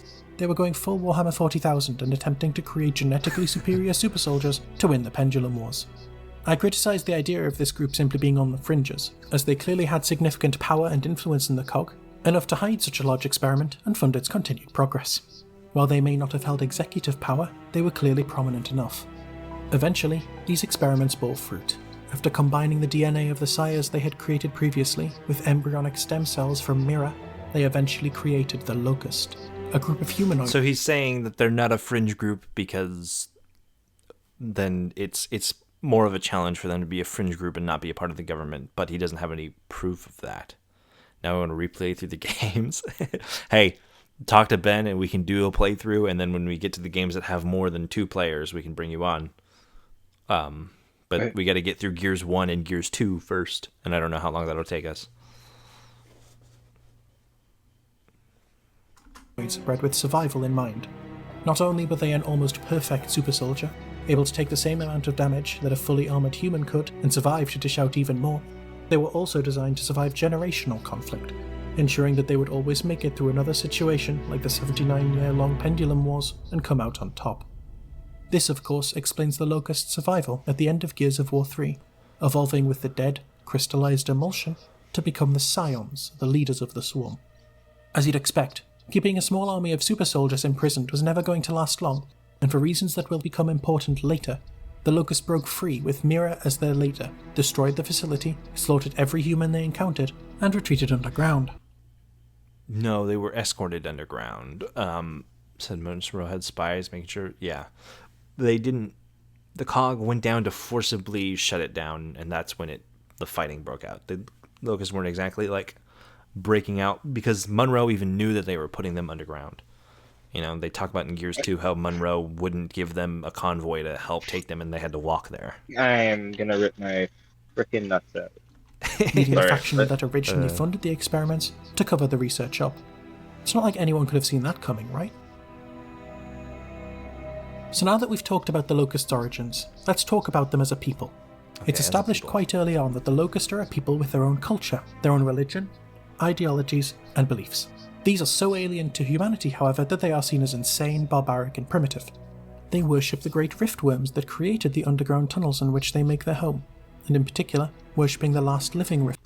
Also, so they're not seen as barbaric. We don't really know a whole lot about how the COG view the Locust religion. They just view it as different. They don't understand it because obviously they don't like. There's nothing in there where they say it's like barbaric. And also the thing about the last living riftworm, there's no evidence to support that. We've never seen the other worms. There's no instance that says that they're killing the last one. They just are killing one of them. But I mean, I guess like. What the fuck is a riftworm? Hold on. The massive worm that they use to dig the tunnels in the hollow. Oh, okay. It's literally just a big ass worm. But like this is what we were talking about, where he's like taking these small things and extrapolating it into ways that we don't know, because there's nothing that proves. There's not a single scrap of evidence that supports that there's ever one Baird. But yeah, but Baird's an asshole. And like. We don't know about the other two worms. We literally know nothing about them. If they're still alive, if they're underground. We know this riftworm woke up because of the bombings at the end of Gears of War 1, but 3 riftworms? Yeah, that's why they call it the Trinity of Worms. There's 3 riftworms. This one woke up after the bombings, and the other 2, we have no idea. They could be asleep, they could be dead. We have no idea. We don't know that this is the last one. He's just pulling that out of his ass. I don't know where he's getting that from, but that's just not true. Riftworm, a creature that you kill in Gears of War 2. It's understandable that the Locust would be devastated, angry, and horrified, considering you've essentially killed a living god, and the creature that allowed them to survive. As they lacked the tools that humanity had, their scientific material was a mixture of technology that was stolen and repurposed from human civilizations, and organic technology, using the creatures that lived underground with them to their advantage. As they were created as soldiers, their methods of reproduction were limited and brutal. Either they could capture humans and mutate them with the same scientific procedures used on the first Locust, or breed with one another. That is a dangerous procedure in itself, as the women within the Locust, known by humans as berserkers, are 10 foot tall, nigh indestructible, and incredibly violent. This meant that Locust men would resort to restraining and raping these berserkers in order to produce offspring. More and more, these creatures made by the COG become horrifying parodies of militarized humanity. Yeah, the that's the whole Locust, point. it turns out, weren't simply invading, they were running. The emulsion, the miracle fuel that humanity had warred over for generations, was more dangerous than had been predicted. It did not just cause rust lung, it infected its host, turning them lambent, with an aim to simply consume all life, similar indeed to other viral forms of undead, such as Halo's Flood, for example. It turns out that one human, Adam Phoenix, knew about this all along, and Mira had attempted to convince Adam to create a cure. Instead, he worked on COG weapons of... Okay. What? So he's saying that Adam Phoenix knew about Mira and was going to create a cure, which Adam did say he was going to do. But he's saying instead of doing that, Adam worked on COG weapons of mass destruction, such as the Hammer of Dawn, due to humanity's obsession with slaughter. That's not Yeah. it. He created the Hammer of Dawn to end the war because he wanted something that made death equal for both political leaders and for the people on the ground. He didn't want soldiers to die in the war. He wanted the leaders of the UIR to be... He didn't have enough time. Plus, he's not like a biologist like his wife was, Elaine was. But like Adam Phoenix is like a super astrophysicist. Like, who's to say that he even could create a cure? Even 17 years on, he wasn't able to make a cure for it and like keep the Locust intact. So like it may not have been possible even if he did try. And even if he did try, then the pendulum wars would have kept raging on. And it's like, is the solution here that you're presupposing is that like he should have put all of his efforts into working on a cure for emulsion and let the pendulum wars continue on when people like his son and Dom are fighting on the front lines? Like, is that the solution here? Because you're completely devoiding of it a context. You're saying like he went out of his way to create the Hammer of Dawn when the UIR were making their own Hammer of Dawn. I mean, they stole it from them. They're making their own Hammer of Dawn to do the same thing to the Cog. They were in an arms race. What is the option here? Work totally to like help the Locust survive? He wanted to. In Gears 3, he expresses how much he regrets that he wasn't able to help them. Peace with Locust is impossible with the Cog. I mean, yeah, the Cog would probably want... But yeah, we're back to viewing everything as fucking black and white. But there's way more nuance. There's way more context and things happening here that he's just fucking ignoring. Like, there's all of this stuff. And you said at the beginning that you read all the books and the comics, and then you quoted the books one time. You quoted one book. And then all the other context from the books and stuff is... even the context from Gears of War 3 is completely left out of this. You're completely making it sound like the Cog and Adam Phoenix specifically is just this megalomania... what the fuck is that word? Megalomaniac? Yeah. Megalomaniac? That like just wanted to kill things. Like you took Mira at her words where she says that he's only good at creating weapons of mass destruction, when Adam very clearly was almost fucking sad. He felt responsible for the Locust. Like he wanted to, like his whole thing is that he wanted to save lives. He didn't want to go work on the Hammer of Dawn or anything because he didn't want to leave the front lines because he felt bad about Gears that were dying when he couldn't be there.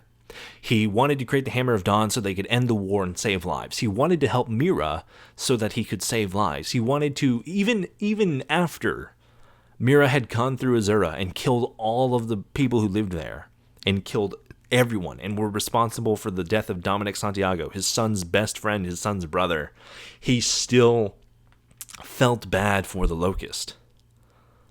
Yeah, he did protest the hammer strikes. Like, even in the Pendulum Wars, before they did that, he was the one who vouched for the UIR and said, hey, we have a weapon of mass destruction, surrender and we won't use it. And the UIR didn't believe them, so then they used it.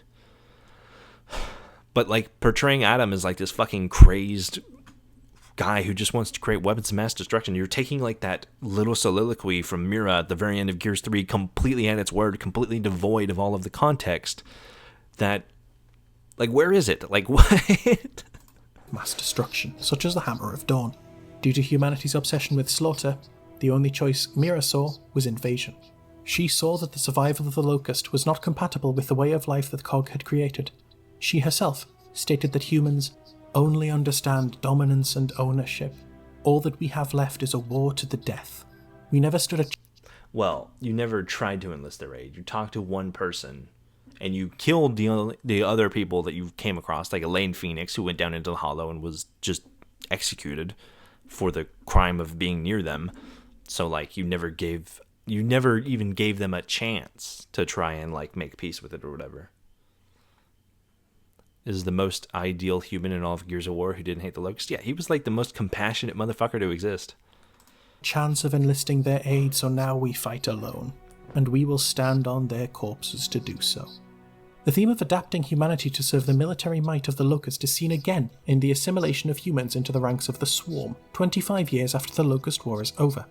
A very direct analogy, using the theme of metamorphosis, we see transformed, radicalized, mutated humans. Not only that, but the terms Horde and Swarm have become rather racially charged, used primarily in discussing refugees and mass media.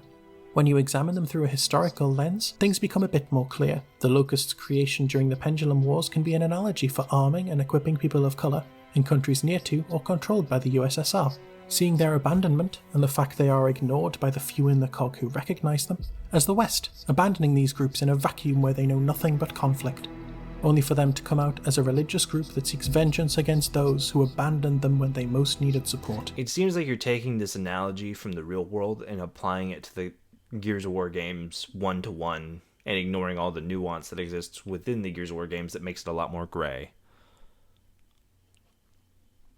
Which might, if you're using it to build an analogy, sure, but like you're not, like when you're talking about the gear specifically and you say like Adam is just this like fucking evil bastard who just wanted to make weapons of mass destruction and wasn't trying to do anything. He had no ulterior motives to making the Hammer of Dawn outside of just killing. He wants to kill people.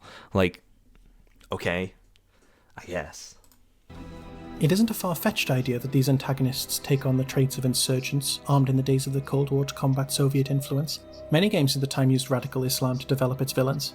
Don't worry, Halo, I'll be coming back for you and your prophets later. The Swarm then become the groups that have evolved from the violence that has been enacted in the wars after the Cold War. They are depicted as horrifying on a physical level, rather than a religious level like the Locust, or a technological one like the COG or UIR. With all this in mind, you realise that the genocides committed against the Locust were even worse than before, that humanity created its own doom on multiple occasions, and that Mira's rage at the end of Gears of War 3, her vitriol, does not come from a place of rage, but a place of betrayal.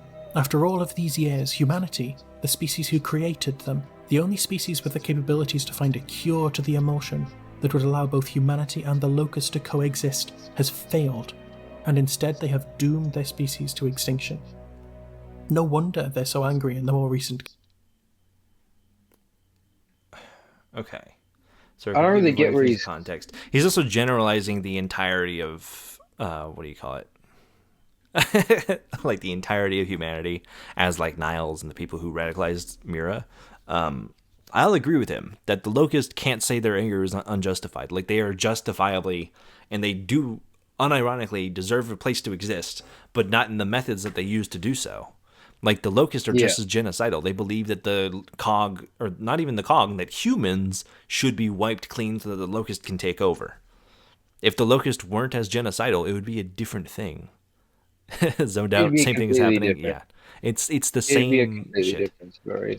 But yeah, but that's not what the Locusts are doing. The Locusts want to kill the COG entire, like not just the COG. They want to kill humanity entirely. Like, what is the argument that like they should be allowed to?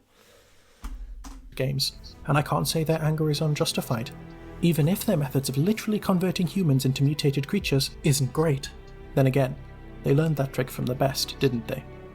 And considering that the COG decided to erase that part... So you understand that the Locusts are doing things just as bad as the COG, but you excuse it for the Locusts, but you demonize the COG for it. Why don't you just acknowledge that these are both bad things, and they're all around are doing bad things? Don't you know, it's just more interesting to The COG decided to erase that part of history by dumping the Locust bodies in old mining facilities. That is such a fucking stupid sentence. Erase history. What? They don't... like, everyone is still very well aware of what the Locust Wars were. Like, it's not like they just, like, tried to ignore the fact that the Locust existed. They buried their bodies because they couldn't do anything else with them. What? Like, what do you want them to do? You want them to just leave, like, the Locust, like, crystal shells everywhere all around the place? Like, what is that argument? Part of history by dumping the Locust bodies in old mining facilities and other deep pits from which they could just ignore and move on. The new COG seem intent on erasing and rewriting their old history rather than building from it. This is echoed in their move from towns with imperialist museums and tombs glorifying war heroes, to shining new settlements. It's also repeated in their Hamilton-esque musical rendition of Nassar Embry's story, I Told You He'd Come Up Again. Hamilton has been criticised on multiple occasions of glamorising slave owners in the American Revolutionary War. With such a tale as a reference point, it wouldn't surprise me if Embry did the same. If the COG are good at one thing, it's... Hold on. Are you making the assumption that the COG had slaves based on the fact that it's based on Hamilton? I mean, I guess, like, I wouldn't put it past them, obviously, but, like, you're just making shit up. It's burying their past, only to reenact it and learn nothing from it. With all of this in mind, I want to finish up by talking about women and their role in Gears of War. We're going to talk about Baron. Baron. Within the COG, Locust and Swarm, we see women serve a limited number of roles, and we need to dig right into that to see how this universe views them. In the days of the old COG, you see women very rarely, and in Gears 1 and 2, you meet a total of 2. Yes, 2. This number is expanded in the media outside of the games, and in Gears 3 onwards. But let's focus on these two first. Anya Stroud, a lieutenant in the COG, is immediately set up as someone Marcus Phoenix knows, and a connection is built between them. It's clear the game aims to set up a relationship, either platonic or romantic, between them. She serves as the voice of the control group for your unit, relaying you commands and information, and reassuring characters like Dom and Baird throughout the games. In Gears of War 3, we see an updated version of Anya, a more militarized version, wearing COG armor and with a shorter haircut. She serves a similar role still, kind of running the joint, but is shown to be just as capable as her male counterparts for all of a few missions. On occasion, she takes up a role as part of the team, and after Dom is killed, Anya becomes the Player 2 character, setting up her role as incredibly important, seeing as she's now taken the place of Marcus's closest friend. She's his spouse. At the end of the war, and the seeming destruction of the Locust and Lambent, it is Anya who comforts Marcus. And that's the last time you're going to see her, because between Gears 3 and 4, Anya gets unceremoniously fridged in order to further the relationship between Marcus, JD, and the new COG. Passing away while losing her second child, her death results in Marcus's distancing from the world, and JD's rebellion from his father. Anya is, however, responsible for the rebuilding of the COG. Yes, she starts the new COG. And while she didn't enact some of the more questionable policies, she most definitely set up the opportunities for them, considering that Mina Jin was her protege. The relationship between the new COG and DB Industries, set up by her colleague and friend Damon Baird, is part of the cronyism that allows Jin to make use of the robots he makes as police and eventually military. Now, looking at the other main woman in the original series, Queen Mira. Oh, Queen Mira, you've taken on a whole new shape since Gears 4 and 5 were released. Yet another strict leader, Mira seemingly knows the experiences of all the Locust around her. It turns out she's actually a queen on more than one level. Not only does she represent a monarch, but it turns out the Locust is a hive mind, and Mira holds control over. We knew this in Gears of War 3, by the way. If you just read the descriptions of the different Locust, I'm really tired right now. Now that it's changed pretty much. Well, we're probably going to get... Fuck. There's still 12 minutes to go. God damn it. Her disdain for humanity stems from her experiences at the Mount Kadar facility. She fell for a scientist in the facility, Dr. Torres, and they end up having a child together, a young girl named Reyna. Eventually, Dr. Torres begins to have doubts about the research they're performing and escapes with Reyna. The head of the facility, Dr. Samson, lies to Mira, informing her that Torres and Reyna died attempting to escape, thinking that knowing this would be better than the alternative. Instead, thinking that the two most important people in her life had been needlessly slaughtered by humanity, she assumed full control of the Locust and slaughtered her way out of the facility. So you see, not only is the creation of the Locust the fault of COG science, it's also their disdain for women. What does their... Hold on. What does their disdain for women have to do with anything about that? He lied to a single woman, so therefore all of the COG is inherently sexist? What the fuck is that argument? What? Oh my fucking god, dude. This is almost as stupid as Arch. Like, at least Arch is just bigoted, but you're, like... Arch is bigoted, but you're just fucking stupid. Just bigoted. Like...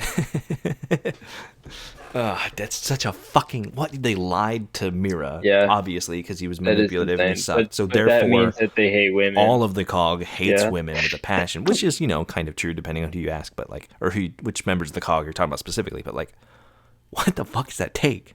What the fuck? This is what rightoids say leftists sound like? Well, yeah, because this is somebody on the far, far other end of the side. Like, we were talking about horseshoe theory. Like, it just comes back around. Like, in saying that, you are literally generalizing the thing that you said, that the thing you are accusing the COG of doing, you are doing in the act of accusing the COG of doing it. Samson's perception that this lie would be effective, and also his assumption that Mira was passive, led to the site's downfall. At the end of the Locust War, Mira confronts Marcus and his team around the remains of his father, saying some very poignant things. Yes. Even always thought it nothing but clever.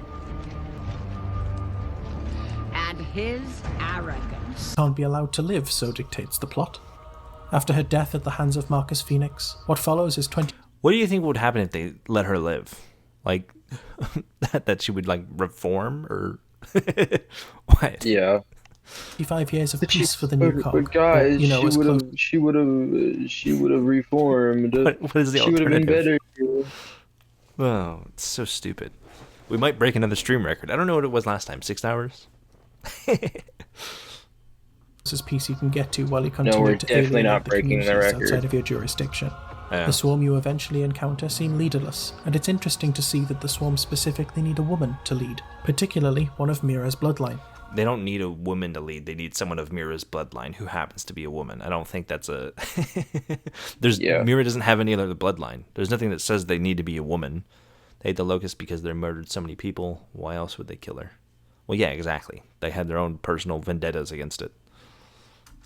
The society is matriarchal to its core, and in Gears 5 you kill that matriarch, basically an oversized berserker, to sever Kate's connection with the Swarm, who had been working tirelessly to capture her and use her to replace Mira as Queen of the Hive. See, it turns out that if you hadn't worked it out already, Kate is Mira's granddaughter, and her mother Reyna is the same Reyna that escaped from the facility. However, it turns out that Queen Mira is not actually dead, because of course she isn't, and she ends up inhabiting the body of her daughter Reyna to reclaim her place at the head of the Locust. Outside of these two, you have a handful of tertiary characters who are women. Sam, one of the few characters who is the voice of emotion other than Dom, who becomes Baird's lady friend after the war, and Bernie Mataki, who ends up in a relationship with the gruff Colonel Hoffman, and is shown to be just as brutal as other men in the game. Also, a whole part of her story in the books is about the fact she gets raped. That's just her entire character arc, which is, not great writing. You also have Maria. What do you mean it's not great writing? Explain. Because, the whole point of it is that the world fucking sucks, and it happens to her, and she continues to move on and be her own person afterwards, and it does not define her, which, by the way, she figures out after talking to stereotypical black character, the Cole Train. So, did you not... Did you just read the cliff notes? Did you read the wiki? Did you pull a Buster and only read the wiki for your lore video? Where's all the context that you're just completely they got raped, and that's the core of the story. That sucks. But does that sucks. make it And then we just, bad? we Is just that move on. It's insane. which is not just great lighting? All of Insane Gears lore. I mean, yeah, commentary. a lot of Gears lore sucks. But I don't think that that's one of the better Gears of War stories. That Bernie is not defined by her victimhood or by this horrible thing that happened to her. Well, I think that's a very impactful story to tell. yeah. Yeah. It's not Right? it's that's bad not because horrible it writing. involves sexual assault, I guess. Which is, Cool is a very but that's the difference between bad writing and, you know what I mean? The difference if it was distasteful. Baron is more distasteful because that was written by Joshua Ortega and not I think Bernie's thing was written by Karen Travis.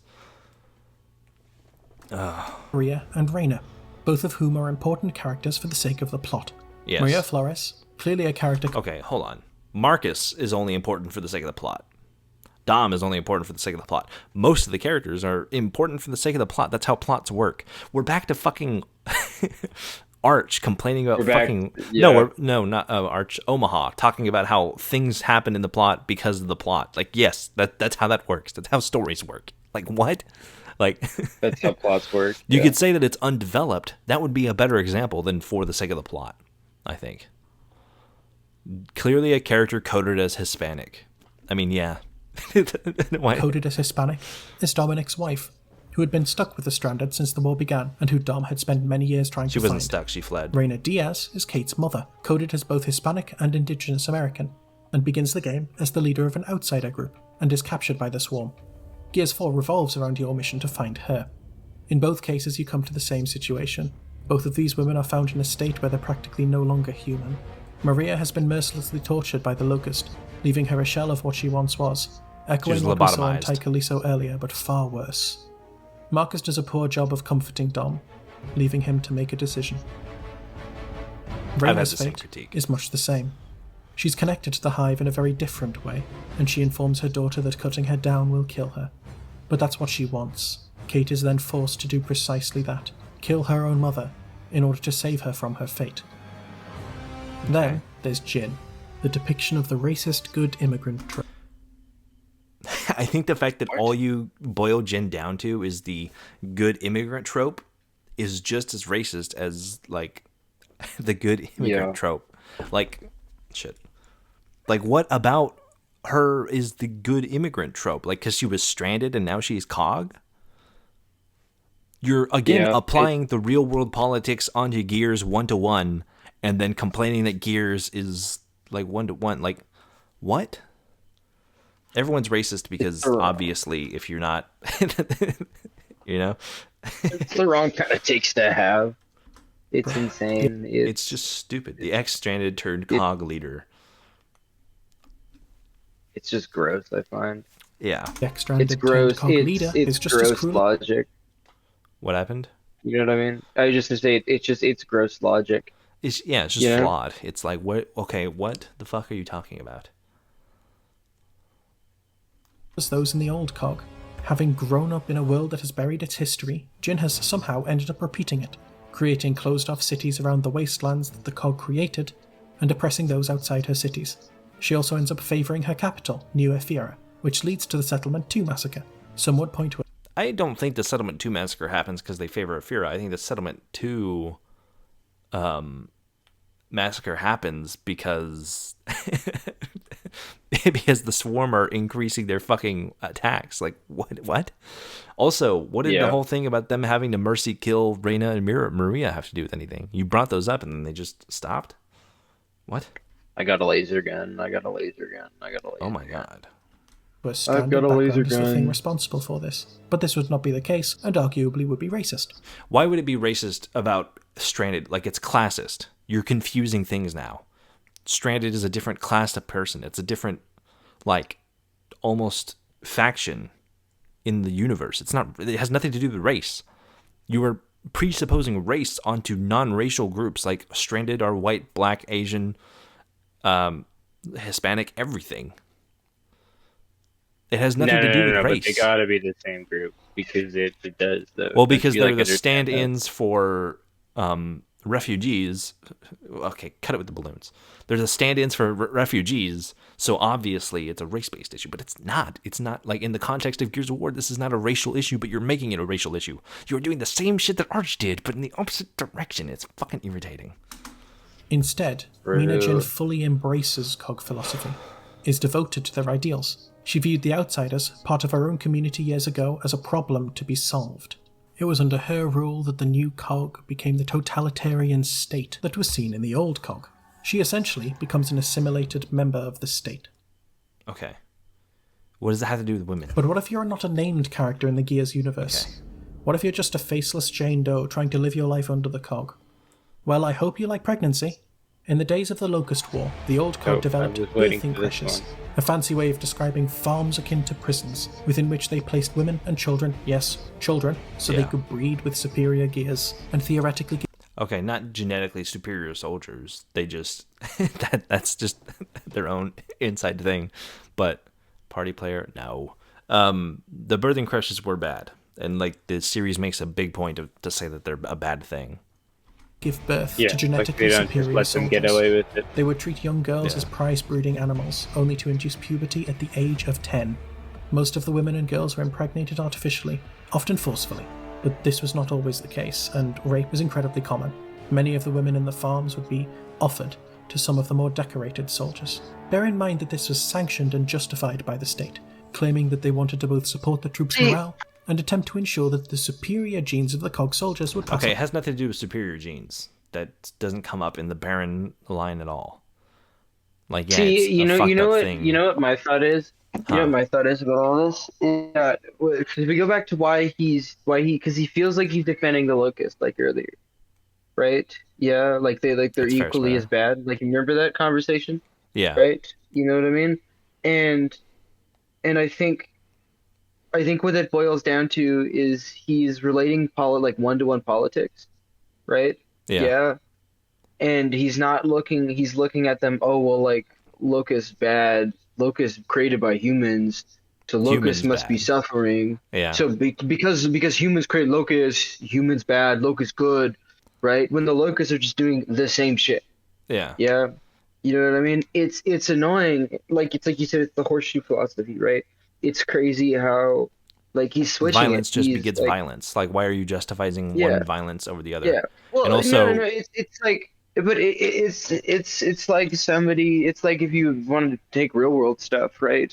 Yeah, that, like, really in a war, without, like, the fuck stuff, both sides. Well, you could say America did fucked up stuff that, like, either inadvertently, either on purpose, like Japan.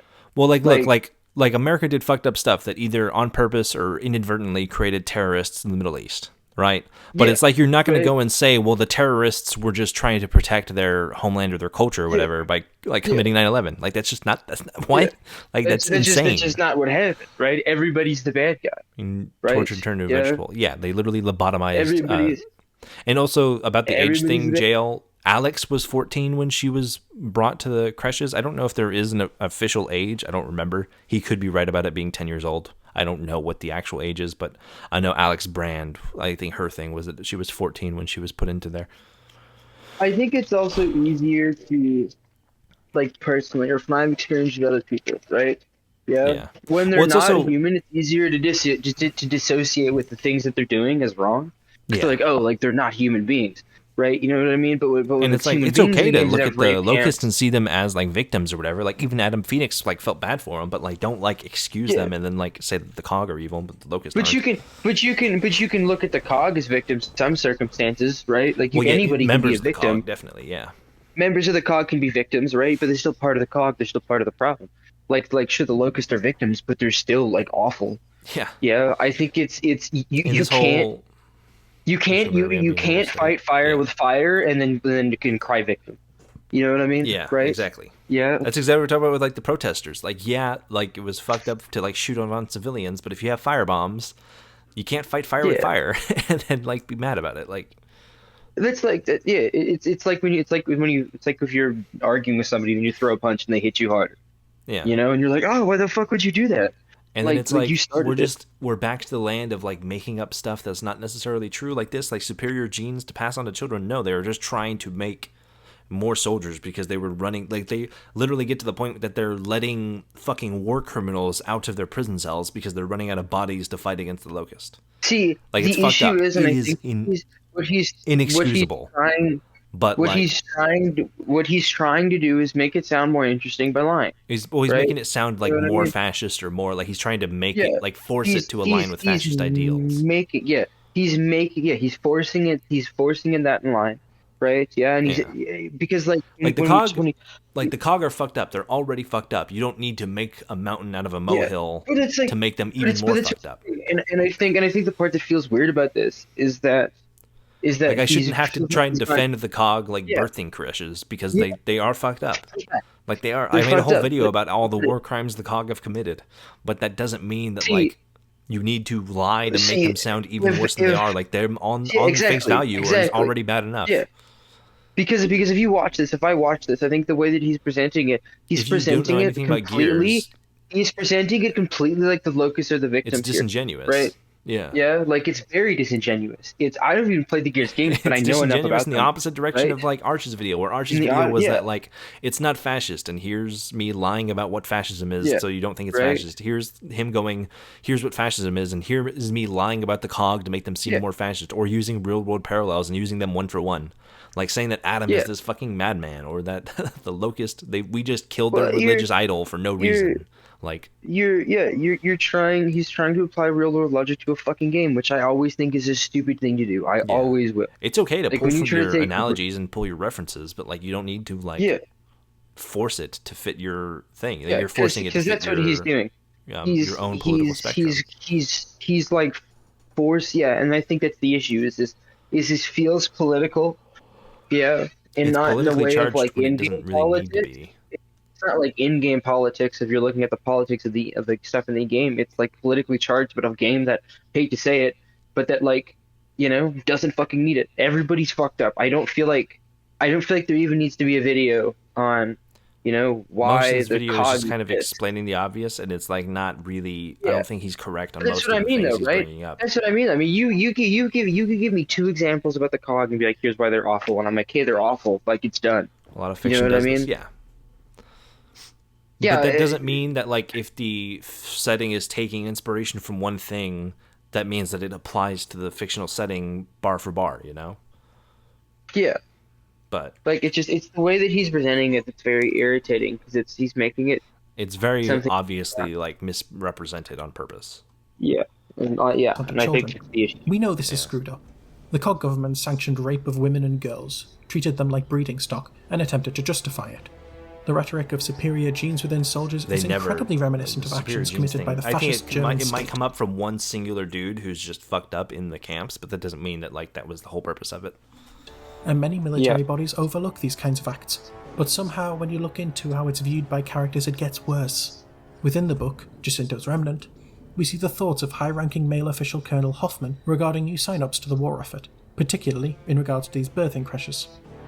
At least Prescott would be happy to see more women of childbearing age joining the Remnant. But Hoffman wasn't convinced they'd take kindly to the do your duty and get knocked up philosophy of the cog. Plenty of women were happy to keep popping out babies. Even women he'd have thought would have objected to being treated like broodmares. On the other hand, lots of women objected to the baby farms. The stranded females were probably the independent kind, who'd tell Prescott where he could shove his repopulation program. And not enough adult males here. I need to replace the gears we lost. Stranded men were probably the wrong material anyway. Humankind had lost a generation of its best, and that was going to take a long time to put right. Can you pause it? Huh. Can I make a point? And I feel like he's trying to look at this like he himself would look at it. And you can't look at it that way, right? Yeah, you have to think about, like, my issue that how he's taking it is he's trying to be like, well, this is like if I was this guy, this is how I viewed it, if I existed in this universe. If you existed in the universe of Gears, you'd have a far different thought process. You know what I mean? Right? Yeah, not saying that these things are okay. Yeah, you know what I mean? You get what I'm saying, though? Yeah. Right? Well, they're literally at a desperate point in the war. Like, they're at a desperate point, and he's not taking that in account for the opinion. Right? Yeah. Some high general might fucking hate the idea. Right? Yeah, but then maybe he sits there and he goes, logistically, like, I have to or we die. Right? Yeah. You know what I mean? Like, he's leaving, and I'm not saying that justifies it. And I'm not agreeing with the shit that goes on. Right? It's just that he's trying, you know what I mean? Right? Like, I find if you're going to talk about stuff like this and you're going to make opinions about games, and you just kind of have to view it through somebody in the universe. And a lot of stories like it will make, like, there's like this idea of like the affordability of morals. Like, that's the whole thing about Dom getting psychotherapeutic treatment during Gears of War 3. And it's like the society doesn't exist anymore. The government barely exists. Yeah. Like, what do you mean that he doesn't have access to, like, therapeutic means? Like, of course he doesn't. Like, society doesn't exist anymore. Like, if they had a society, sure, they could probably get him mental help, but, like, it just doesn't exist. Like, they do not have the affordability to, like, cling on to morals. So, like, because obviously it is a survivability issue, which doesn't excuse it, but, like, it is, like, it's not a thing they're doing until the Locust Wars. It's not like they would have done this during the Pendulum Wars, which they didn't. And I think how it feels from what you told me, from what I've listened to you about Gears, right? How he's looking at this is that, the COG's always been this fucked up. Not saying well, he's setting it up as if the COG is using the Locust War as an excuse to do this kind of stuff, as if the COG would have done it anyways. But they're not, right? And I think that's my issue, is that he's talking about this like the COG would have done this anyways. The COG's just inherently evil, right? Which is, I think, when you bring up the point of not being able to afford morals. But I don't think he's somebody that understands that sometimes in certain situations, morals go away. Yeah? You know what I mean? When that's like the whole point of like The Walking Dead, right? Like, how far do you go before you're not redeemable or not okay? You know? Yeah, but then I feel like he's the kind of person that watches that and go, well, why would they do that? They should just be morally better. Like, when you're in a situation, when you're in a situation that's fucked, that is fucked up, right? Regardless, and you have to make the hard decisions. A lot of the times, people's morals just tend to go away. It becomes a survival instinct. It's most of the time for people, your survival can trump your own morals. Yeah, depending on the situation. You know what I mean? I'm going to skip over it because I don't care about it, but the whole thing about the birthing stuff in Gears 4, humanity was down to, I believe, like, the number that, like, Rod would throw out is, like, 100,000 people alive at the end of Gears of War 3. Which, I don't know if you know this, but 100,000 is, like... That's not a lot of people. That's like not enough to fight. That's like wars. a sixth of the size of like most like U.S. cities, like a singular city. Like, it's not a lot of people. Yeah. So like, of course, they would probably have some like artificial insemination thing and try to encourage women to like have babies because they're humanity is fucking nearly extinct, and you can't go on with like a workforce or anything like that. Like, that's why they're using DBs, because they don't have the ability to like have a workforce anymore. And I think Alex, they know what's going on, looks regretful. I mean, like, they're obviously they're doing it because they feel they have to, not because they necessarily want to. Some people probably do want to, but New York City is 8 million people. So they're in 18th the size of New York City. I feel like he's looking at this as, and I think the part that's frustrating with everything that he's saying when it's stuff like this is he's talking about stuff like, oh, they want to, oh, the cog wants to do this, they want to do It's this, just they the want to do opposite of the Arch video we right? watched, where Arch's thing Yeah, was that it like is. he lied about the things the Imperium did to make, or he lied about what fascism Yeah. was to make it seem less fascist.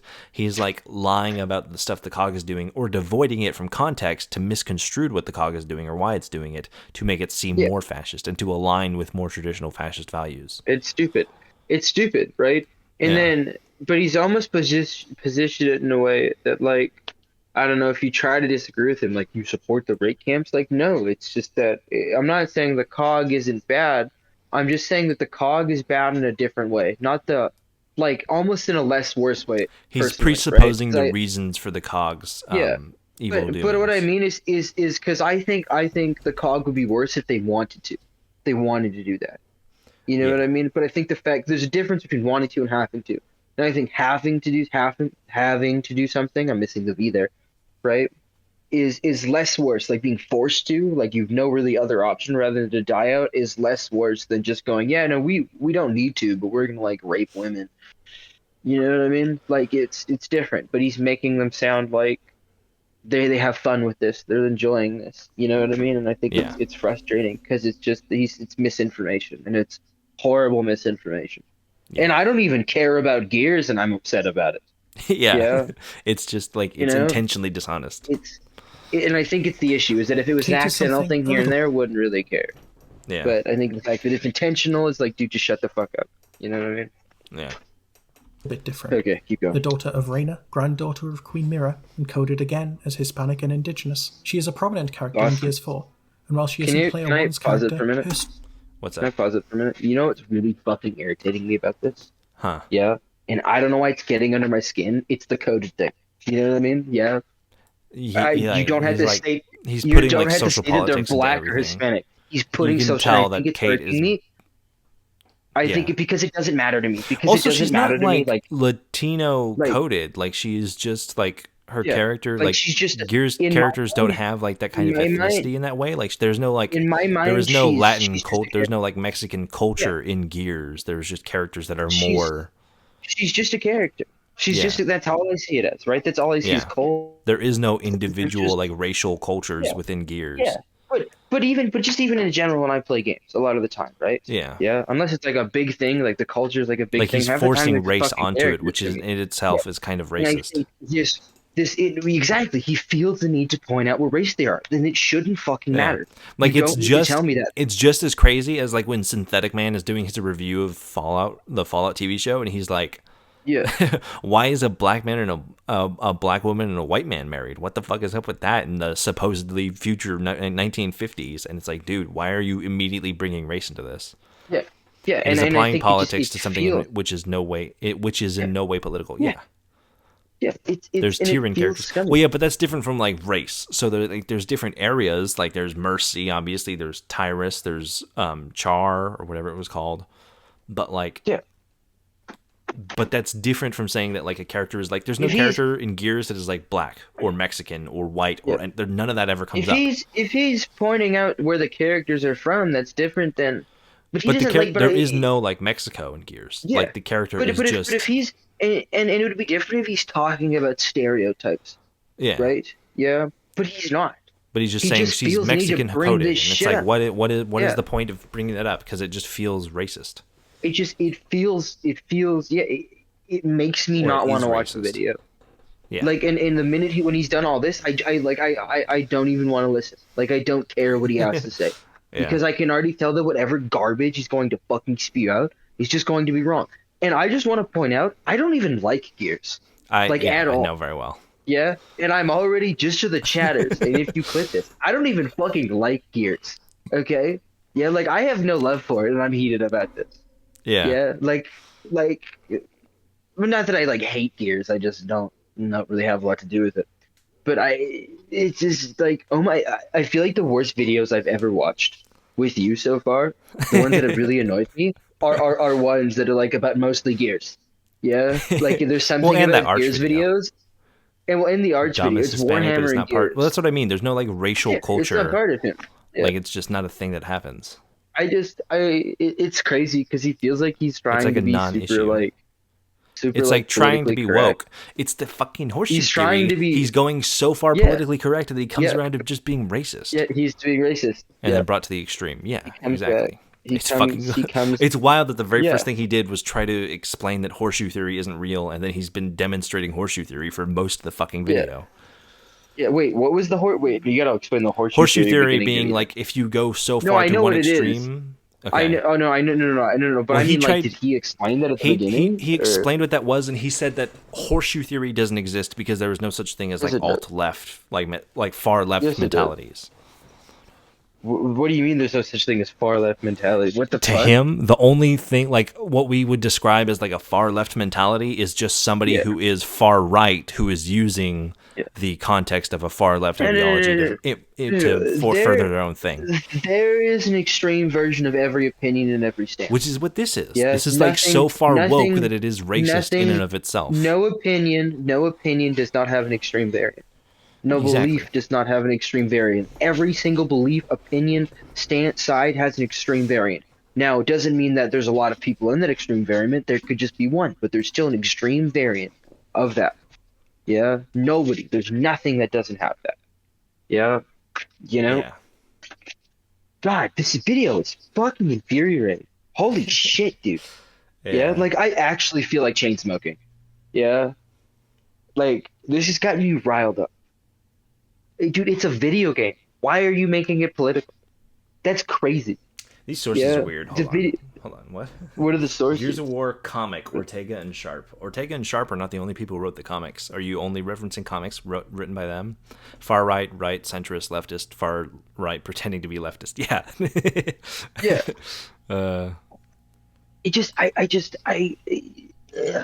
I just don't know what he wants. I don't know what his point is. Music credits. Maybe he's Used all come the here for music from the half of games. the I like video. that. What did you What say? happened? What? No, he's just using all the I music just- from the games. I like that. I don't know. I'm not done yapping about this. Yeah. Okay. We're almost Not done. done He's on yapping the last about- chapter of the video. Okay, keep Story playing it then. drives that campaign. In Gears 5, however, she is the main protagonist, and after the prologue, where you discover that JD Phoenix murdered civilians and watch him use the Hammer of Dawn for the first time in 25 years, accidentally killing some of his own, you play as Kate for the rest of the game. You literally cannot play the game unless one of the three players is Kate. So we've established her prominence in the series. While she is an outsider in Gears 4, she joins the cog in Gears 5, becoming another servant of the state in order to protect those she loves. After her uncle Oscar's death, however, she pretty much defects, albeit temporarily. What is the goal of the state, though? Because if the goal of the state is to protect humanity from the swarm, which are a very real threat, why do you make that sound like it's such a bad? Like, we're not talking about like colonialism or like they're trying to like take over land from other groups. They're like just what? Run that back. My headphones cut out. Like the goal of Yeah. the state's pretty well aligned. Like whether or not they get there through like good means or whatever, the goals of the state do align with like the goals of humanity. And where Seems does like that? an odd- You gotta run me by it. Yeah. He's saying that like Kate joins and is like helping to further the goals of the state. But the goal of the state at this point is to kind of protect humanity and to like keep the citizens of the cog alive and not being murdered by the Isn't that- swarm. Isn't that what the goal's always been? Yeah, well, he's putting like God, this I weird hate to say secondary this. layer. I hate to say this. I hate to say this. I hate to say It's this. I not hate that to be this guy. complicated. Yeah, I hate to be. It really isn't, dude. Yeah, they're bad genocidal humans, bad genocidal, I don't know, fucking worm people or whatever.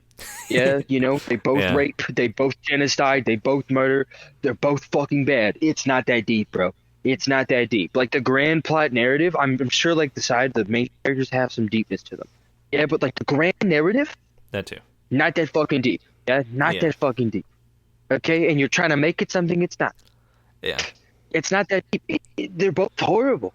There's no need for this conversation at all. Yeah, no, I'm literally kicking the air outside. I'm so frustrated. I just want you to know that. Yeah. I'm literally like kung fu kicking the air with my hands at my fucking side. I know. Keep moving. Realizes that this is about her, not the cog, and disobeys orders to explore her link with the swarm. The last time we heard of people disobeying orders, we found Marcus Phoenix in a prison cell at the start of Give the Gears 1. context to this. It is due to this direct disobedience of the state that Kate recognises the true threat and discovers that the Cog are truly responsible for their own destruction. Kate somewhat breaks the narrative. She refuses to follow orders, takes her own path, and discovers things that, without her actions, would have led to the likely destruction of the Cog. She does fit in with certain narrative themes, however. Like Marcus and his team, Kate sees the evils committed by the Cog. She questions them personally, but never seems to relate that back to the state. These are always seen as past decisions and are never critiqued, usually because those who committed these atrocities are dead. However, their actions still have repercussions and should be answered for, by someone, at least. If you found out that 100 years ago the ruling government created the species that almost led to the planet's extinction, you'd get a bit mad too, right? Even when Marcus abandons the Cog after Anya's death, he rejoins when the Swarm arrive. I mean, yeah, they are mad at the Cog. I mean, they are directly mad at the Cog. They directly are in opposition to Jin. But what is the option here? You want them to just leave and like do their own thing, and go into a corner and die? Because the Cog have a military, and you can't fight the Swarm without a military. Exactly. Like, what is the option here? What does he want them to do? What does he want them to disband the Cog and watch humanity fucking die? Yeah. Like, dude. Do you want them to stage a coup and take over the Cog to make them more, like, morally aligned? Which, like, yeah, sure. Like, maybe they should make the Cog better, but, like... But if the Cog's better, everybody fucking dies. Yeah? I don't think everyone dies, but, what is the option? But you know what I mean. But your options are higher chance of survival of shitty people. Right? Yeah. Lower good people, lower chance of survival. How I see it. Right now, that doesn't condone what they're doing. Like, do you want the Cog to break out into a civil war where they're trying to also like fight the? Yeah, I would get his point that when they beat the Locust and everything's over, somebody should answer for the same crime. people who think white people should pay black people because slavery happened. I think reparations are not a bad idea though, because I don't think it's either. Maybe not for slavery, but especially for like Jim Crow laws and stuff, because that is like those kind of like the civil. Rights movement and everything happened in not our lifetimes, but our generational lifetimes. Like, my grandfather was alive when all that happened. He was fucking a fully grown adult by the time the civil rights movement had passed. And a lot of other people were. Or fucking the two people we have up for president were alive before the chocolate chip cookie was invented. Like, I don't know. It's like, you can do reparations for that. I don't know about slavery, because then like you're going so far back and you're like whatever, and it's harder to track. But like, on a governmental level, not personally, like not like white. You shouldn't like force like individual white people to like, but like the government of the United States, yes, they should. Because Germany had to do that after World War II. You are gone. There's no other state to rely on than the Cog. Yeah, like the Cog. Like, what do you want them to do? Like the outsiders. Like the game shows us that the outsiders cannot stand out on their own because they're just getting wiped out by the Swarm because there's too many Swarm for them to deal with. It's a stupid fucking take. It's a stupid take. Yeah. It's a stupid take. It's almost like Gears tells us to overlook the implications of these actions, to get in bed with those exactly who are what they're telling you. and to avoid questioning. No, it's not telling you to get in bed. You've got to overlook it to survive, dude. Due to the manipulation of Dr. Sampson, the Swarm will revive Queen Mira in Reyna's body before Kate can sever her connection to the Swarm. Again, a woman becomes a tool for men to exploit science. Kate, however, due to the manipulation of Dr. Sampson, the Swarm will revive Queen Mira in Reyna's body before Kate can sever her connection to the Swarm. Again, a woman becomes a tool for men to exploit scientifically. Again, this leads to mass destruction. Are you demonizing all men based on Niall Sampson? Because now you're doing the same thing that you're complaining with the game doing. We've been over this. Yeah, what? Yeah, dude, I love this. You know what I'll give? You know what I'll give? Would it be different if Reyna was like Reyno instead? Like, you know what I'll give all the other people we've watched? Huh? You know what I'll give them? They're consistently horrible with their takes, and they stay that way. Yeah, well, I think this one's also consistently horrible. Like no, but it's the spin around constantly, right? Yeah, maybe I was too tired for like the Warhammer one that we did, right? Yeah, but at least he like stood on the line of spinning the narrative the same way, right? Where he's like, but he's doing that same thing with race, where he's like putting this like gendered thing onto it, where it's like men abusing women's bodies or whatever. But it's like, okay, you're taking one person, two characters that have this toxic relationship or whatever, or this manipulative relationship, and you're presupposing that to all women in the franchise and all men in the franchise as a gender gremlin. Putting what labels the fuck is this shit? It just doesn't make sense. Yeah. Like, you're presupposing Niles' manipulation of Kate and Reyna as all men in the universe fucking with all women in the universe. It's dumb. destruction. The cycle repeats itself, and this act of male exploitation leads to the swarm's increased intelligence, the arrival of the swarm queen, and the death of one of your team. But So you it's get to men's choose fault. that. This is the first real branching option in the Gears franchise, several games and a decade down the line. Your choice, as a woman, is to enact violence against another woman in order to save. What does women have to do with anything? What does the genders here have to do with anything? What is the point of this? Because One of two women. men. Because women. This doesn't surprise me. After Because all, women. these are all Gears, and under that state, a woman's role is to protect and serve men. Her relationship with Dell, JD, So because it's patriarchal, Oh. they're making a woman who is human fight a woman who is an abominable monster who is living through the corpse of her dead Because- mother to save Because one of it is two a men. patriarch. Because Because it is a patriarchy. patriarch. Ladies Men and bad. gentlemen, boys and girls. We've come to that Men really bad. nuanced and hard to grasp point. It took us Men 50, bad. it took us 50 minutes to get here. Marcus, It's and even her awesome. uncle It's- Oscar reinforces that. I didn't expect Kate to break with tradition enough. After all, as part of the coalition of ordered governments, she takes on the role of one cog in the machine, one branch in the bundle. I'm going to leave you with that thought. Wow. What thought? That you're with that- fucking stupid? That wraps up the video.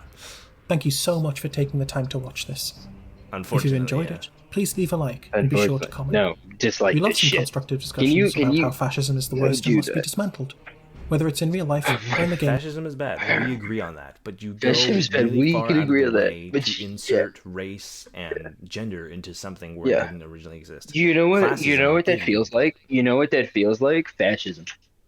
I don't know, dude. You are making, Fascist comments. Yeah. I wouldn't say fascist, are- but they are like, forced. No. Thanks to They're this video, forced. I reinstalled Gears. How did this, out of all the fucking things, Spyro, this is the thing that gets you to reinstall Gears? Spyro, Get we're the fuck not out of here. replaying Gears. Spyro, we're Uninstall not- Gears right now. I forgot how bad Uninstall this Gears video right now. We've got better things. God, this is a I wanna read the horrible comments. video. This video is so well researched, so in depth, and well analyzed. I don't think so. Oh my god, yeah. That's awesome. Good So we agree job. with this franchise, love it a lot. It's crucial to learn about the politics behind it, the way fashion incorporated the game's state. But I think it's wrong. God, I love Gears content creators. They're just so fantastic. You know? Yeah, this is like really bad. I mean, there's not a lot of good Gears of War. I guess like King Abs would probably be a good one, but he's more like kind of just like, oh, here he is. He's more like just generic Gears of War lore tuber. To prove them wrong, I must know the lore. Hey, Spyro, good for you. Every Monday, well, every other Monday now, we're going to be pushing them back a little bit because I don't want to make 2 videos a week. It's been putting too much stress on me. We're doing Gears of War lore videos, and the Carmines come out on Monday. That's Tomorrow, awesome. technically. I'm so excited. I don't know if you can tell. Yeah. I'm excited. I'm excited to get my Gears of lore. Las Vegas locals on- react to Trump rally shooting. That's Now, people living here in Las Vegas also reacting to That's today's downright assassination undemocratic. attempt as information circulated on Barricade is social good. media. Barricade is good. I think he just drags a lot, and his videos That aren't is as engaging. That is unironically one of my favorite Transformers. Transform. Oh, Barricade. Yeah. At least you are a source I can Unironically, trust my favorite because my at that bias point. says so. Well, you can also just trust me. Like I know what I'm talking about. Yeah, and I'll tell you that you can trust him, and my word is God. Yeah. Yeah, gospel. And here on the news, 8 News Now's Kyle we Payne just spoke talk with to him? I have no idea. You seem not only conflicted, but also at a loss for words. I am. This is terrible. Our whole country is just like, I mean, how much farther apart can we, fall? It's unfortunate that there's political violence. That shouldn't happen. I think that is insane. It's gonna happen. It's like even with all the difference, yeah, politic but- difference, is a human being. And, I mean, you know, it sucks because most of the divide is caused by people in his camp, Trump's camp, because of all of the stuff he's done. Like, it was not this divided like 2 elections ago. Like, you can see the debates between Mitt I Romney think- and. I do think not we want gotta more bring political Obama back. violence. I think. Yeah, I think let we gotta Obama bring run for Obama 3 back. terms. I think You we know gotta what? bring Obama back. Jimmy Carter, unironically, never did a second term. At 99 years old, he could run again. He could. Unironically, he could. I think we gotta bring back Bill Clinton. JFK. I think if we can raise JFK from the grave. because he never finished his term, right? Yeah. So hear me Yeah, out. Raise him from the he only grave. did 3 years. He didn't even finish a whole Yeah, term. raise him from the grave. We'll just put him back in for another year and reload him back in. Yeah. Yeah. Exactly. Man, what the fuck is that? Speaking of politics, I am having the most fun in Bolt Gun I've ever had. You're playing Bolt Gun? Yeah. It's pretty good game. I saw they're coming out like a DLC thing for it, but I can't. Yeah, they have a horde mode in it now. Yeah, the horde mode is fun. Yeah. I haven't actually beat like them. I was kind of hoping they'd bring in like multiplayer horde, but I understand if they don't. No. Yeah. It's a small team. I don't think they're gonna do a whole lot of like. Oh, for sure. Like it is the same producer that is making Space Marine 2, though. Probably why they got the rights to Warhammer. Well, because Bolt Gun's just a banger game. Like something less political here, it's a but boomer Bolt shooter, Gun is but a it's fun amazing. game. Oh no, it's so good. It's like just interesting enough to keep me like interested. Yeah, but like it's not, you know what I mean? Yeah. I kind of like that I get lost so easily. Like I think that's like my hot take. God, why are these all like a 2-hour fucking long critique? Come on. Of what? Russian Badger does the best Gears of War of Gears of War. How do you? This is the thing for me, right? If it takes you 2 hours to fucking critique a video game that is 8 hours long, I think you're doing something wrong. You should be able to make this critique in like 50 minutes. Like if it takes you 2 hours to make a critique like that, you should be able to narrow it down a little bit. Unironically, I think all my critiques have boiled down to it's bad or it's good. Yeah. Well, it's like, why do you need that much nuance? Like, do you need to explain why like every single part of the game is bad? Like, you can do that, sure, and there will be people who watch it, but like, I don't think it matter. Like, it doesn't matter that much. I feel like you're going way out of the way to make it, more than it is. Well, a lot of those longer videos though, like are stuff that I'll watch if I'm working a graveyard. Yeah. Well, yeah, I get that people like the longer videos because they can watch it, but like the actual content of those videos, I don't think is like worth it. Oh no, Omaha, oh no, I agree. It's not. It's not something that I would tell people that it's like a good sit down and watch. You know what I mean? Like what I mean by those longer content videos, like if I'm working something and I just throw my headphones on and put my phone in my pocket. You know what I mean? Right? It's not like one of your videos where it's like 30 minutes long or whatever. Will Melvin is good. Yeah. I'm sure he's probably good at making videos, but I just think if your videos, like I really like White Light and like say like his critiques and stuff, I normally agree with and really enjoy his like criticisms and stuff like that and the way that he structures his stuff. He's also just got a fucking amazing voice. But like where is it? Not as amazing as yours. No, it's much better actually. We could play a little bit of it, but like this 3-hour long Darksiders 2 fucking breakdown. It's an amazing video. It's great to listen to. It does not need to be 3 hours long. It could be like an hour and a half at most. Like like it does not need to be as long as it is. You know what I mean? I kind of fuck with it though. You know what I mean? There's nothing wrong with it. I don't know. Like, there's nothing wrong with it. I just think it's videos. like this one, a fucking 7-hour critique of Death Stranding. How long is Death Stranding? Yeah. Some White Light. And after a while, pretty good videos. After a while, it feels nitpicky. You know what I mean? Like, what do you have that takes you 7 hours to talk about it? Like, if you're talking about something that is insanely long, like say you're, I don't know, like The Witcher. Like, yeah, not The Witcher, but like say like you're breaking down every single Warhammer 40K book ever to exist. Okay, that taking 7 hours I could get, but like if you just break it down like a single game, why does that take you 7 hours? You know? Yeah, I get you. I can't figure out how to open up the middle column. How do I open up the middle? Yeah, I wonder why. Yeah, I don't know. I just feel like every single time we watch a Gears of War video, it makes me dislike the community even more. You know? A lot of people in the Gears community are just not great. Well, they're just bad takes. It's not even like whatever. It's like shitty fucking takes. It's like, God, I don't want to listen to it. You know? right? Yeah. Like same thing kind of with Warhammer stuff, right? Yeah, it's there's a lot more that is bad than good. Rudd Ferguson killed the I Gears think of that's War and why I murdered watched. puppies. Yeah. I think that's why I watch videos on Locust. Yeah, because I just like listening to people make fun of other people. Well, yeah. You know what I mean? It's a fun little thing. It's a fun Yeah. little shotgun. That's pretty much what it is. I think this is gonna be it though, because it's already I think fucking so. 3 in the morning. I'm gonna rip my hair out, so probably a good idea. Yeah, we will wait until. Spyro, if oh you're my still in God. chat, Spyro, if you're still in Asmongold chat, you has should hop in the VC. opinions. He shouldn't have that. Spyro, if you're still in chat, you should hop in the VC. We spent way too much time on this than we shouldn't have. Yeah, well, I had a feeling something, yeah. At least Baldur's Gate was fun. It was. I had a good time with Baldur's Gate. That'll go up on Wednesday. Spyro. Is that Spyro? This has been us. Thank you very much for watching. Join the Discord. Please. Go buy a Colorful World shirt. Those all go to charity. The proceeds go to charity. Join us every Saturday. What? Anybody still in the chat? In the little chat, you're also more than welcome to join the VC. Yeah. Join the Discord, join the VC, go gaggle Ben's Join the balls. VC. Thank you very much for watching with us. I'll be up for a while. I was crazy once. They locked me in a rat. No. A room rat. See you next time.